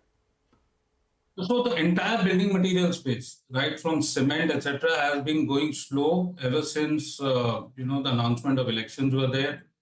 Now that we are through with the elections, you have the new finance bill get signed and assented by the president. A whole lot of funds getting allocated to the housing sector, road sector, infrastructure. And obviously, if housing gets a fillip due to fund allocation, Awas Yojana and all of that, then the building materials itself will go through an uptick. And added to that, so we're talking about volume growth out here. And three dominant players, now you have a fourth one. Everybody should see a tailwind in terms of the sector. But margins is a fillip that paints would see because of decline in crude oil prices. That will come with a lag. But I think the paint sector is due for some revival, because it has really not done anything, so to speak, fear of competition. But I think most of the negatives are there in the price. Second half of fiscal 25, first half of fiscal 26, the entire building material space, and specifically to your question, even the paint sector is likely to do quite. Okay, so an eye on paints, got that. Manish, we discussed quick commerce. I mean, the market is usually looking at any of the new age businesses or tech-related businesses with a lot of anticipation, right? EV is one such thing. We saw what happened with the Ola electric IPO yesterday. And Ease My Trip said that they'll make EV buses a stock shot through the roof. So just give us your sense on this whole EV thing, the way the market's interpreting it, because Ola then corrected also quite a bit after doubling from the IPO level. So what do you think of EV? And then on the other side is the whole semiconductor play, where companies like Keynes and CG Power, they're setting up these semiconductor units. So from just purely from a stock and investing standpoint, do they still make sense for you? I mean, the entire EV space and the semicon space, there's a long way to go. We were at conferences throughout the last week, and TSMC was deliberating out here, and other dignitaries from the semicon industry, EV space, etc. But I think the euphoria that is built in both these spaces, are something beyond comprehension. There's a long way to go. Yes, the big macro picture is pretty much okay. But as far as the EV battery is concerned, we are still importing cells and assembling. Really don't have a make in India battery as such just yet. ICE is making a comeback. There's no subsidies that is about to come in the EV space. The environment is quite headwinded, and the valuations at which some of these companies are trading beyond comprehension. Semicon space, again, the outlook remains good from a top-down perspective, but if you zero in on numbers, again, valuations are extremely frothy and euphoric. Just don't, justify the valuations. You alluded to some names, but I would be a total avoidant. Both these spaces would. Okay, so, a word of caution there, and probably worth keeping this in mind. Investors do tend to carry away when you have these big sunrise sectors, right? Before we let you go, this is an important development. Let's pull up Vodafone Idea. The stock is sliding as we speak. It's down 7.5%. Volumes are picking up as well. We want to go back to the Goldman Sachs note. Remember, Rima just alerted us the target that Goldman has put on VI is, if I'm saying it right, ₹2.50. That's the target. They're saying it's an out-and-out sell. The reason being that the recent capital raise is incrementally positive, but it is unlikely to be adequate to stop the market share erosion. They're forecasting another 300 basis points market share erosion. Therefore, that call. So it's a big call. They're saying ₹2.50 on the stock. The stock is sliding. Prashant, maybe you want to come in, and then just a final view on telecom with Manish as well before we let him go. I'm just saying that, who won't be happy, very unhappy actually, Government of India with that note. Yeah. I mean, they put in money. They Exactly. put money at 10 rupees. Yeah. I think, and of course, it's of course a view, and we'll see what happens finally. But I think the reason why the stock is also reacting in such a way is because we've not, generally speaking, commentary ever since there was the repair which started to happen, when the promoters put in money and the government, of course, government put in money before that. Generally, the view and from the street has been pretty constructive that, the curative petition is around the corner. And more stuff is going to happen, which incrementally is going to be positive. And then, you get a call like this, which kind of basically says, even with all of this, it's going to be very difficult for Vodafone Idea to, gain share and gain the share of as a profit market share in any meaningful way. I think that is causing a bit of hurt. I don't think it's anything new as well. I mean, whenever we speak with analysts, everyone has pretty much acknowledged that it's going to be hard. It's no one's case that it's going to be easy. It's just that it's coming in from Goldman Sachs, and they're putting it out there right now. Just one more point I wanted to add, because the numbers they've given are so definitive. Maybe that's why the market's really sitting up and taking note. Goldman is saying that Vodafone Idea will have to hike, ARPU by 200 to 270 rupees. That's the kind of ARPU increase that will be required if this company is to remain free cash flow neutral. So clearly, that sounds near impossible to have that kind of an ARPU increase.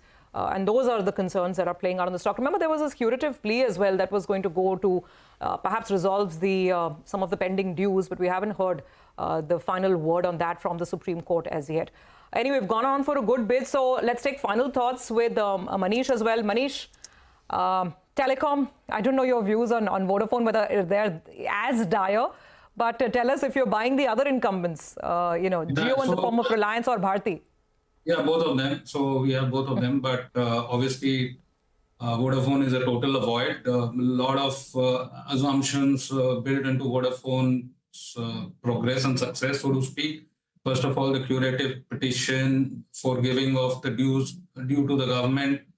Then you will have at least 2 rate hikes or tariff hikes that is required for it to come into a sustainably a black sort of a situation in the P&L.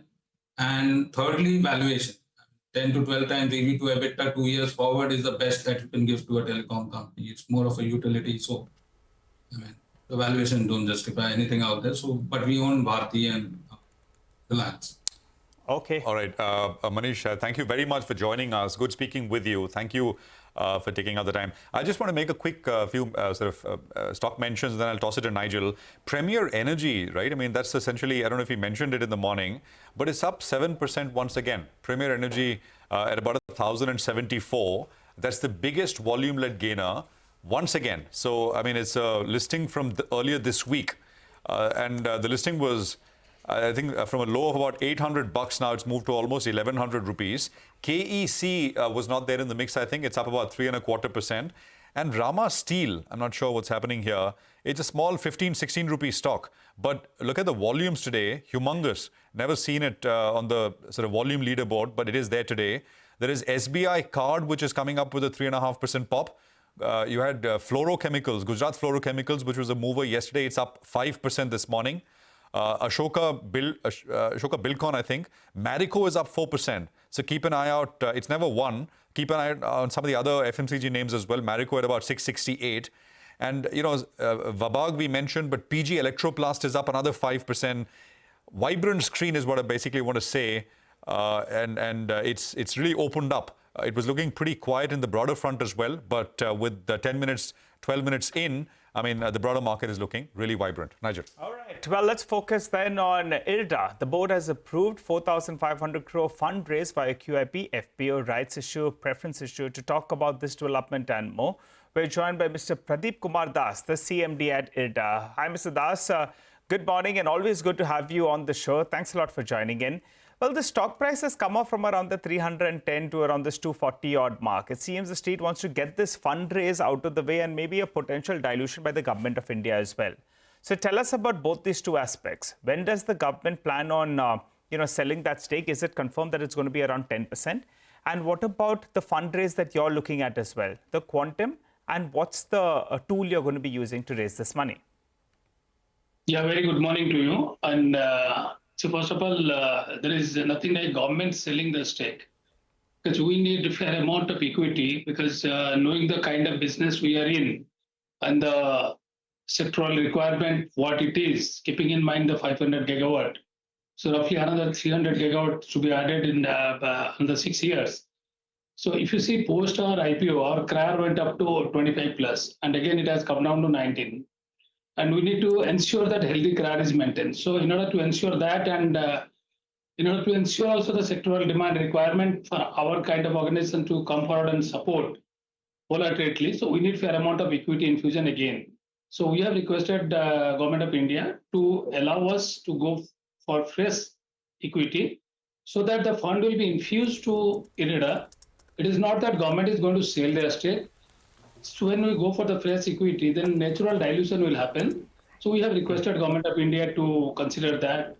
And we have requested for up to 7%, up to 10%. And Government of India, they are examining. And very soon we will be coming out with the news. And we are hopeful that Government of India is going to allow us. And we have indicated a approximate figure of 4,500 crore requirement by January, February this year. So finally, we'll see what kind of market sentiment, market condition.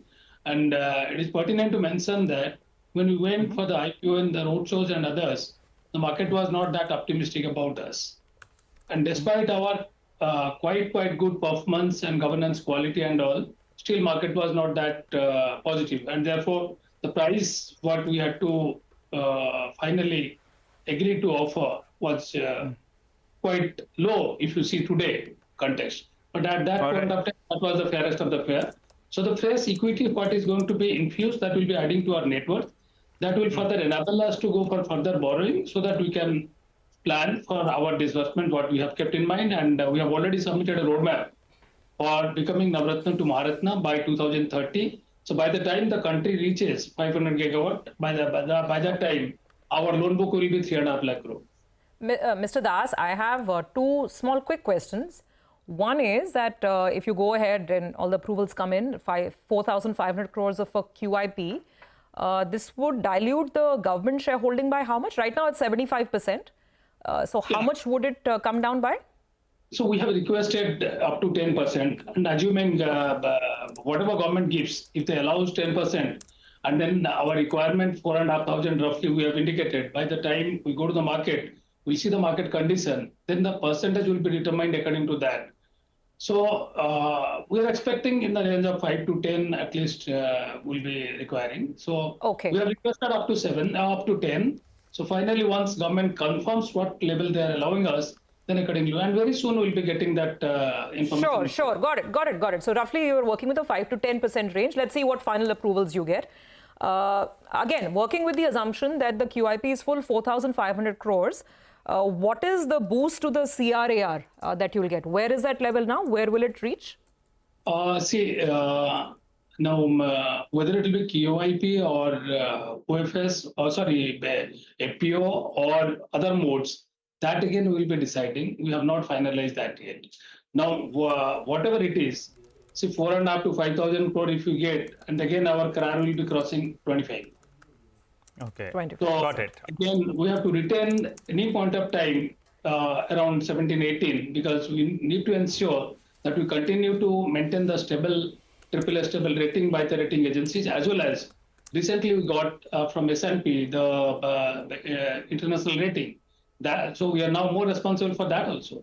So we have to see overall requirement of disbursement or sanction from within the company to the sector, as well as keeping in mind that rating and other parameters. So exactly on the rating, sir, you led us to the next question as well. Now you're rated equivalent to the sovereign, right? As per S&P Global, BBB minus.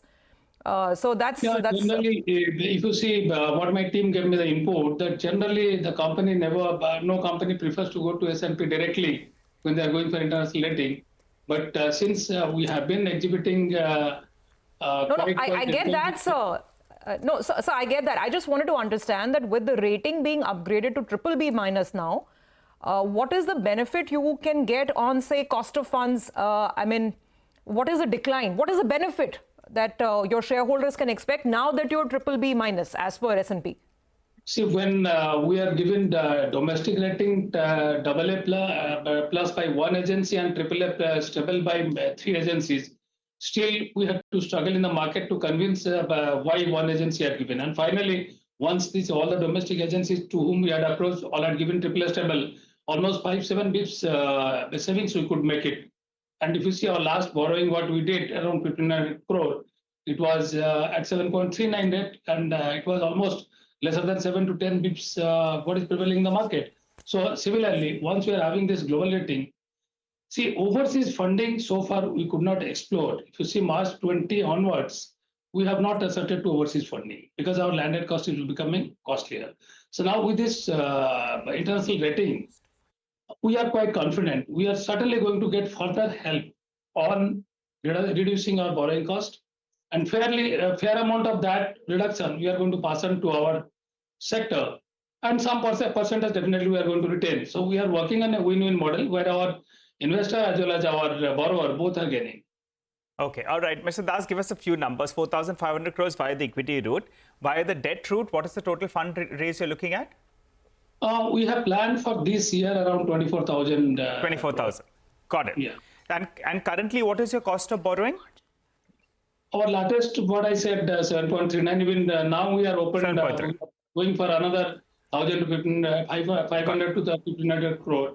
That is already open in the market. So in a couple of days, that will also be finalized. So 7.4% is what you're borrowing at currently, and this 25,000. 7.39. 7.39. Sorry, almost back. Got it. Now, this 25,000 crores that you're looking to raise, could you break it up for us? How much of it will be NCD? How much of it would be from bonds? How much of it would be from overseas, as you were mentioning? If you could break it down for us. Since you touched overseas, I'll respond that first. March 20, our resource composition, 57% was overseas and 43% is domestic. And if you see last June quarter, what result we have published, in that 84% is domestic and 16% only in forex. So we'll resort to now all these green funds, whatever available cheaper sources overseas. We have to see ultimately the landed cost and the tenure, both. And we have to see the ALM mix also. And as far as domestic is concerned, so far all along we have been resorting to banks as well as institutional bonds. And we have requested Government of India for allowing us for 54 EC. We are hopeful we are going to get it soon. And once we get, then fair amount of 54 EC also is going to be in our basket. And apart from that, we'll see the right time, what kind of opportunity available. Our objective is to borrow right time, right amount at a right price. So that's well said. So you're doing a lot of things. You're hoping that your borrowing mix, which is predominantly domestic, now with this rating upgrade, maybe you can go back and tap the overseas market if it is lucrative. You're saying you're looking at the 54 EC route as well. So all things put together, give us an outlook on the margin. What is the margin expansion that you would like to target this year? Where will exit margins be by the end of FY25? See, March 22 onwards, the NIM was going down. And if you see last, I think year and a half, our NIM has been improved also. And normally, we do not focus on improvising NIM just like that.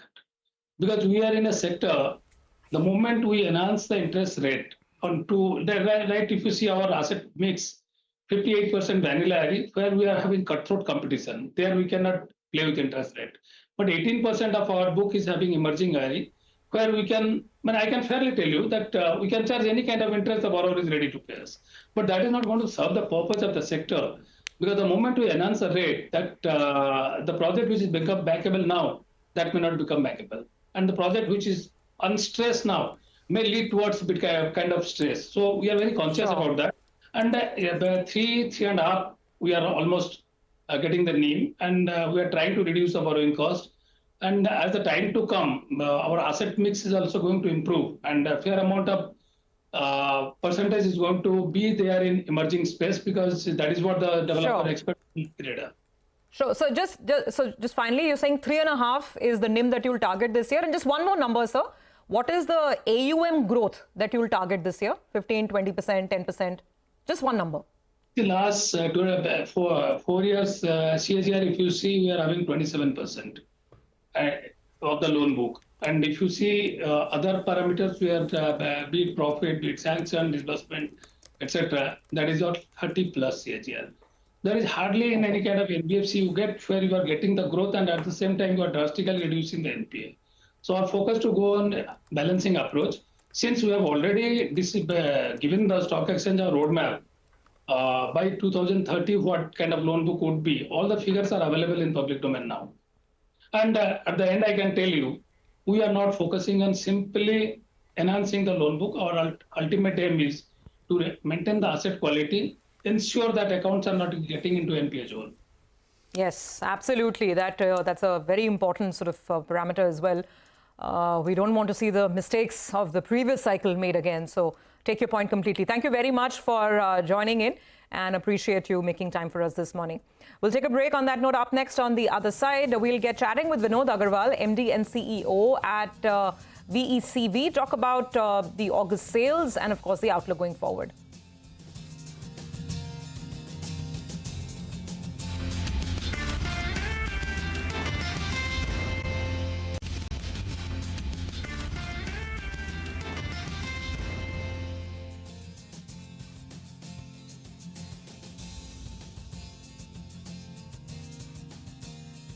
Welcome back. Well, the markets have moved closer to around the 25,000 odd mark, which is an important mark for today's session. 24,950 to around 25,000 important mark. We're at the low point of the day, so we've taken a bit of a nosedive in the last 10 minutes or so. But let's focus on Eicher Motors now. The August auto sales were muted for the company. The total sales witnessed a muted growth on a year-on-year basis. Exports declined on a year-on-year basis and a monthly basis as well. We're talking about the Volvo Eicher, keep in mind. Mr. Vinod Agarwal, the MD and CEO at Volvo Eicher Commercial Vehicle, joins us on the show. Hi, Mr. Agarwal. Good morning. Always good to see you. Well, a bit of a sluggish month is what we are seeing. But how do you see, September and October shape up from here on? And for the year, if you could give us a rough guidance, what kind of a volume growth are you estimating? Fundamentally, I think the months of July and August both, they have not been so good for the industry as a whole. So if you look at the first industry figures, the month of July, the 3.5 ton and above commercial vehicle industry, the drop has been around 8%.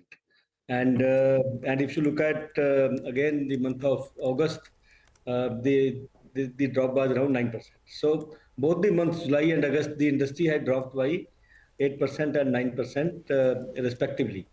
Now, this was not expected. So I would first say that the industry is doing lower than the expectations. Now, there are various reasons for that, which of course we have been trying to reason it out, that why the industry is behaving like this. One reason is that the monsoons have been protracted and there have been floods in some states, and coal mines are also not fully operational. So therefore, that is one reason. The other is still the capital expenditure which has to happen on the infrastructure projects. That is still yet to start in full speed. I would expect that that should start happening soon. And we see a lot of news that a lot of focus is on the spending more and more money from the government side on infrastructure projects. So as of now, there has been slowdown because of this reason, which has made the customers slightly more, you can say, cautious. They are deferring the purchases. So that is one reason because of this, because otherwise, fundamentally, there is nothing in the environment which should go against the CV industry drop. So for the year, sir, what should we work with then? For the year, we are very, very cautiously optimistic because I think fundamentals are all in place because there is demand, there is good movement of goods because now we are going to see the festive season from October onwards, and then we should see more replacements because right now the replacements are also little bit held back, and infrastructure projects are not in full stream. Like if you look at the tipper sales, construction truck sales last month drop has been 30%, which has been very high for the industry as a whole. Now, the good thing is, even though the industry is dropping, but both the months, July and August, we have grown. In the month of August, if you look at, we have grown by 1%, and in the month of July, we had grown by 12% year on year. So even though both the months the industry had dropped, but we are growing, and as a result of that, our market shares have gone up as compared to the previous year. Like for example, in heavy duty trucks, now our market share is 9.6%, and in light and medium duty trucks, our market share is now 35% plus. So we are very happy about our progress, but I would see that the industry is expected to do better in the balance part of the year. And of course, we are looking forward to that. Yeah, sir, hi, good morning. And the thing is, we've actually reached the second half of the year already. And one is really hoping that come October, at least, there's a turnaround, because that's the one piece that everyone's holding on to across the industry, right? This is not a Volvo Eicher specific issue. Could you tell us what is the capacity utilization that the plant is operating at right now, with the demand being so anemic? I think as far as we are concerned, our capacity utilization is all right, even though it is, we would like it to be more. Like, for example, if our capacity is both Bhopal and Pithampur put together, if our capacity is around 130,000 per annum, so we are producing around 6,500, 7,000 per month, which is, you can say we are at 60 to 65% capacity utilization. 60 to 65%. And so one more number, I don't have it immediately, but it will just offer the right perspective. I know every month we talk about sales being sluggish, slight disappointment, or 0.1, 0.2% up. But year to date, if you look at April till now, then the year to date aggregate, is that lower? I believe it would be lower compared to the previous comparable period, year on year. Year on year, industry is still marginally growing. Like, if you look 3.5 ton and above, there is a growth of around 1% plus, because we had a good growth in first quarter. There is also some perspective to it, because last year first quarter was very weak because OBD2 norms were implemented and some of the players were not ready. So last year quarter one was very weak. So on a lower base, this year quarter one there was a good growth. In the industry had grown by almost 10%. However, July and August, both the months drop has been 10% each, approximately. So, okay, that's very helpful. So quick last question, sir. Now that we're talking about the second half pickup, which segment within CV do you think can really spark the enthusiasm again? Will it be buses, tippers, like you're saying, have been very sluggish with the monsoons, etc.? Where do you expect the first push to come in? I think you have mentioned the right thing. The buses have been the star performer. Buses this year, even though we are seeing the sluggishness in the trucks, the buses, there has been a good growth. YTD growth has been 26%, which is fairly good. And this is on top of last year growth of 30% plus. So buses are continuing to touch new peaks, and we are expecting that the bus demand will continue to be better. And that is the only reason why your overall growth is still 1% plus in the 3.5 ton and above, because of the buses. So balance part of the year, we are seeing good prospects as far as the trucks also are concerned, because there will be good traction in the infrastructure. You will see more capex spending happening from the government side. So you should see more growth coming from the construction trucks. And linked to that, there will be more growth in the haulage trucks as well, because when the construction sector grows, there is more movement of cement and steel also. So that also leads to more growth of the haulage segments. So you would see good growth coming from all the haulage as well as construction. And then, of course, white goods sector, e-commerce, they are continuing to do better. They are, even the first 5 months also, they were better, because there is a good demand of white goods. All the economies are doing better. Rural economies are also doing better. Monsoons are also good. So therefore, we are very, very positive about the balance part of the year. Yeah, absolutely, because it's not been adding up otherwise, with so much focus on manufacturing. A lot of manufacturing companies doing fairly well, while the CV cycle has not picked up. But thank you very much for the perspective and for joining us this morning, sir. That's Volvo Eicher commercial vehicles. Back to the market. By the way, the market slipped quite a bit. Should just take note of that before we move to our next conversation. The Nifty is down 140 points now, and the Bank Nifty is leading that downturn. But what's different this time is that there's no outperformance from mid-caps. Mid-caps are falling in sync with the large caps for the time being. Prashant. No, absolutely. You know, we'll talk more markets in a bit, but we also want to discuss something on the policy front, which is important. Now, SEBI proposed amendments to the insider trading regulations, which basically which are aimed at broadening the connected person definition. SEBI has proposed 6 new categories of individuals to be covered under this. The last date for submitting feedback for this was the 18th of August, which is already behind us now. And there's lots of opinion which is coming through. To discuss this and take this forward, we've got Abhishek Dadu, a partner at Khaitan & Company. We also have Sandeep Parekh, managing partner and founder at FinSec Law Advisors. Abhishek and Sandeep, great to have both of you here. Thank you very much for your time. Prashant this side. Sandeep, I mean, and by the way, we've got both of you, and I broadly know that it's going to be interesting because you're not coming from the opposite ends of the spectrum. We want to debate, but there are important differences in where both of you stand. I want to start with you, Sandeep, because you put it out there. Very interesting column that you wrote. And you basically, the title was Proposed Insider Trading Framework Will Criminalize the Innocent. So why don't you start there? Tell us, what does the insider trading rules right now, what does it cover? And what is being proposed? And why do you say it will criminalize the innocent? Go on. Yeah. So I think broadly, they've created certain relationships which already existed. So immediate relative, for instance, your parents who are dependent on you. If they trade, they've created a presumption, as we lawyers call it, that any trades which were, would be presumed to have taken place because of information you have passed on to them. Now, this immediate and dependent relatives keeps that category quite narrow. And therefore, I think it does cause injustice in specific cases, but be that as may, once you expand it to your uncles and aunts and, whole class of people who are just vaguely connected to you, you may not even be getting along with. And in a case which was actually discussed in the Supreme Court, they were actually fighting with them.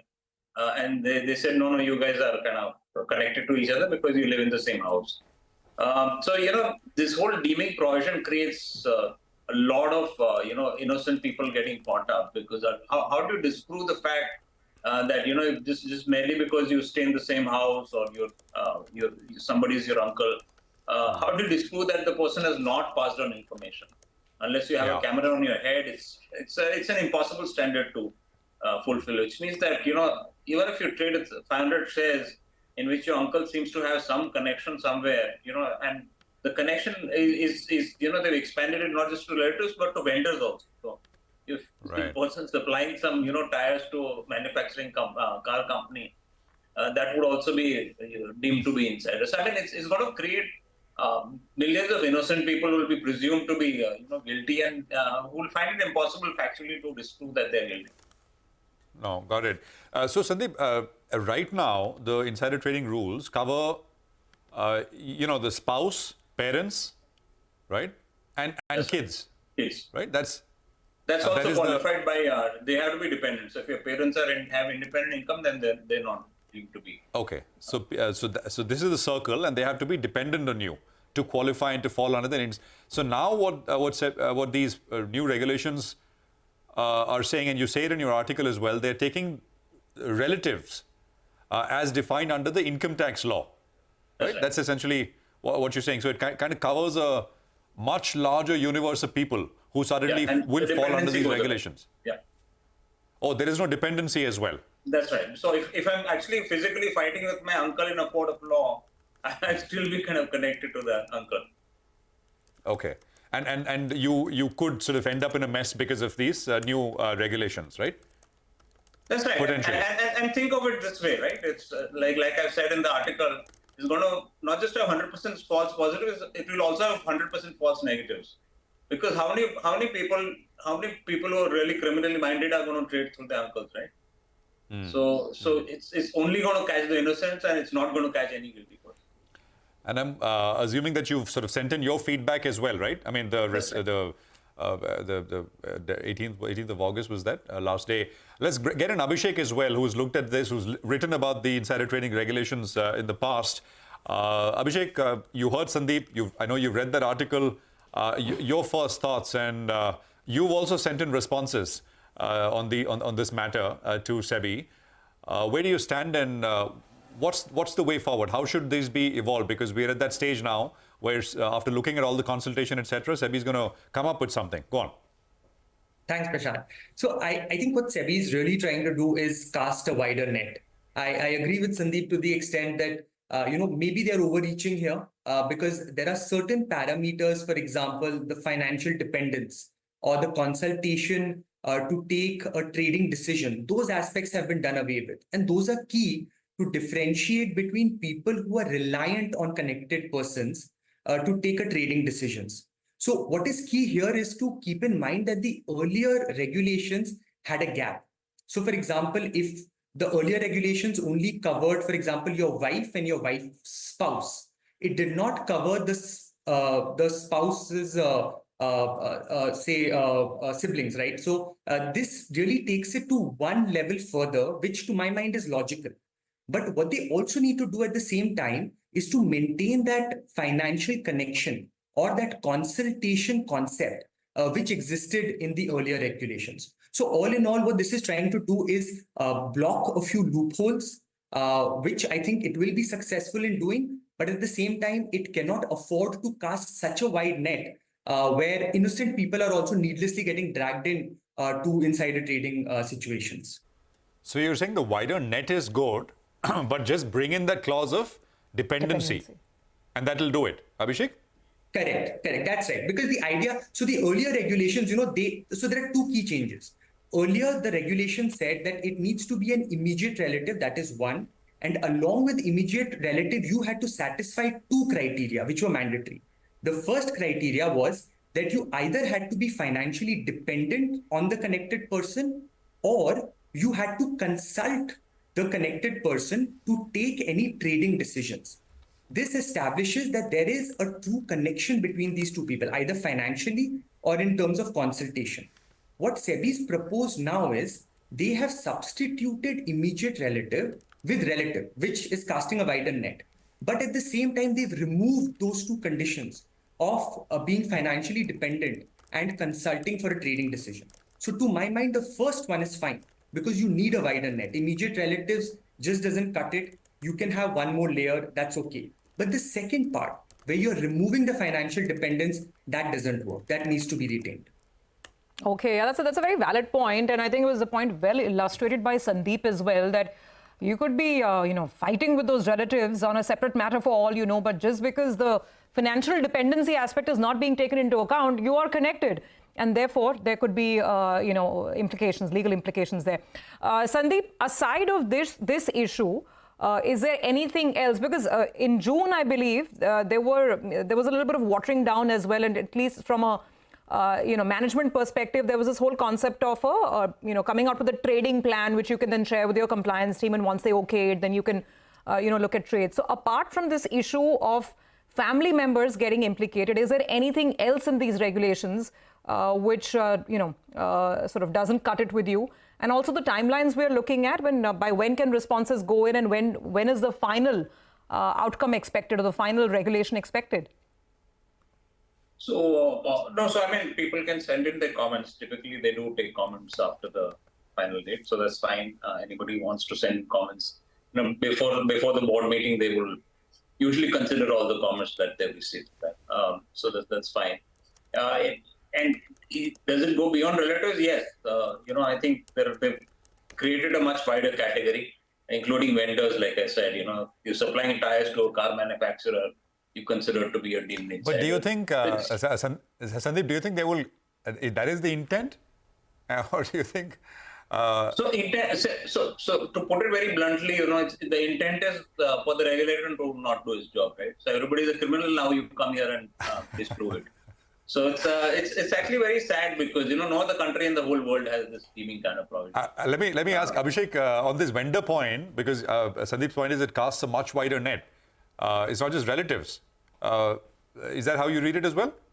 That's right. I mean, look, the wording is wide, but I'll go on the intent there again. I don't think the idea would be to go after every Tom, Dick and Harry for no rhyme or reason. There has to be smoke for there to be fire, right? So the idea is you cast a wider net, draft the regulations widely so that you can capture perpetrators. But in that process, there will be innocence which sort of come into the fray, which needs to be avoided. I mean, I'm fully aligned with the thought process that you cannot have regulations where innocents are needlessly getting caught. So that can be fixed in the nuance. But the idea here is not to catch your vendors or such. Point taken. The only thing is, I think as Sandeep is saying, the intent is not there, why put it, right? Make it very clear. Let there be no doubts in that sense. Gentlemen, it's a pleasure. It's an important topic, and we'll come back to this as and when there are more developments. And Sandeep, when you're right next, thank you very much for joining us. Abhishek, appreciate you joining us here on CNBC-TV18 as well. Well, let's talk to you about the markets now, which I think are taking a bit of a knock. 200 points now. Does the market know something? We were talking about how perhaps it's going to be a quiet sideways, maybe a little down, but 200? There's about 0.8% cut. Mitesh, your thoughts? So, Prashant, I was talking about this, that, the market will go into consolidation, give up some gains because the 2-hour and the 3-hour charts are slightly turning negative. I think that movement has started to play out. The one level which I'm watching very closely is 24,850 on the spot, which is roughly about still 90 odd points away from here. There was this gap up which happened on the 23rd, between 23rd August and 26th of August, which is Friday and Monday. And that gap is around those levels of 24,850, 870 zone. So I think, that is a very important support area. Also, that is where the 20-day averages come in. So, I think that's the area which I would believe that the Nifty would take some support and then start consolidating. If that breaks, I'll be worried. But for the time being, I'm believing that, that level will hold. And the stock calls that I have, yeah. Go on, please. Yeah. So, on the stock side, I have a sell on SBI and a buy on AU Finance, AU Bank. So SBI is a sell with a stop at about 810, and look for target of around 770 here. And AU Bank, which has been a buy earlier as well, now I think can be bought afresh with a stop at about 687 for target of 740. All right, Mitesh, thank you very much for that. We'll take a quick commercial break here. Manisha is going to be here and she'll tell us if there is some pressure in commodities like there is in equities this morning. Stay tuned, that's coming up.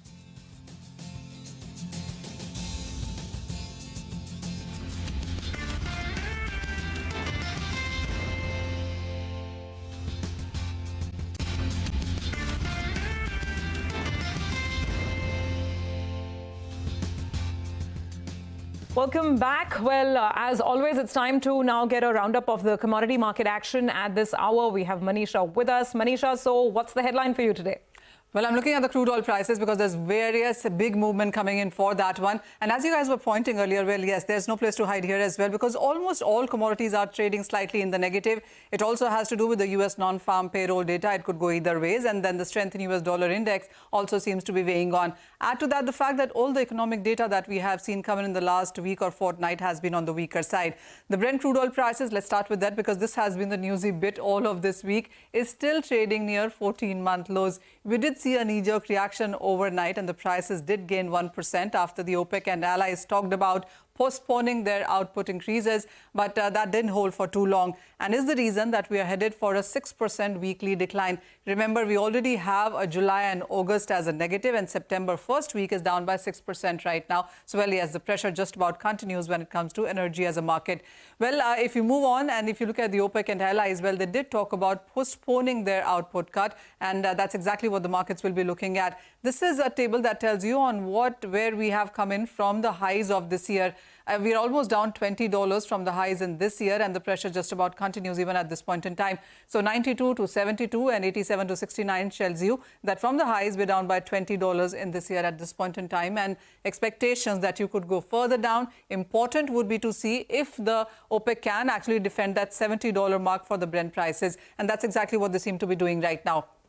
So OPEC and allies, the 8 members that is, were expected to increase production by 180,000 barrels per day from the month of October. As of now, the planned productions have been moved on by 2 months. The OPEC also in a statement did say yesterday that there could be a pause further or a reversal if the markets so need it like that. So that in turn should have been supportive, but not really. The markets also are looking at weaker demand from US and China, and that really is a concern there. And apart from that, it also has to do with the inventories from US itself, which have seen a decline of 6.9 million. That has not supported because the reason being the US imports have been on the lower side is the reason the US firms went down and got these inventories from the major reserves there.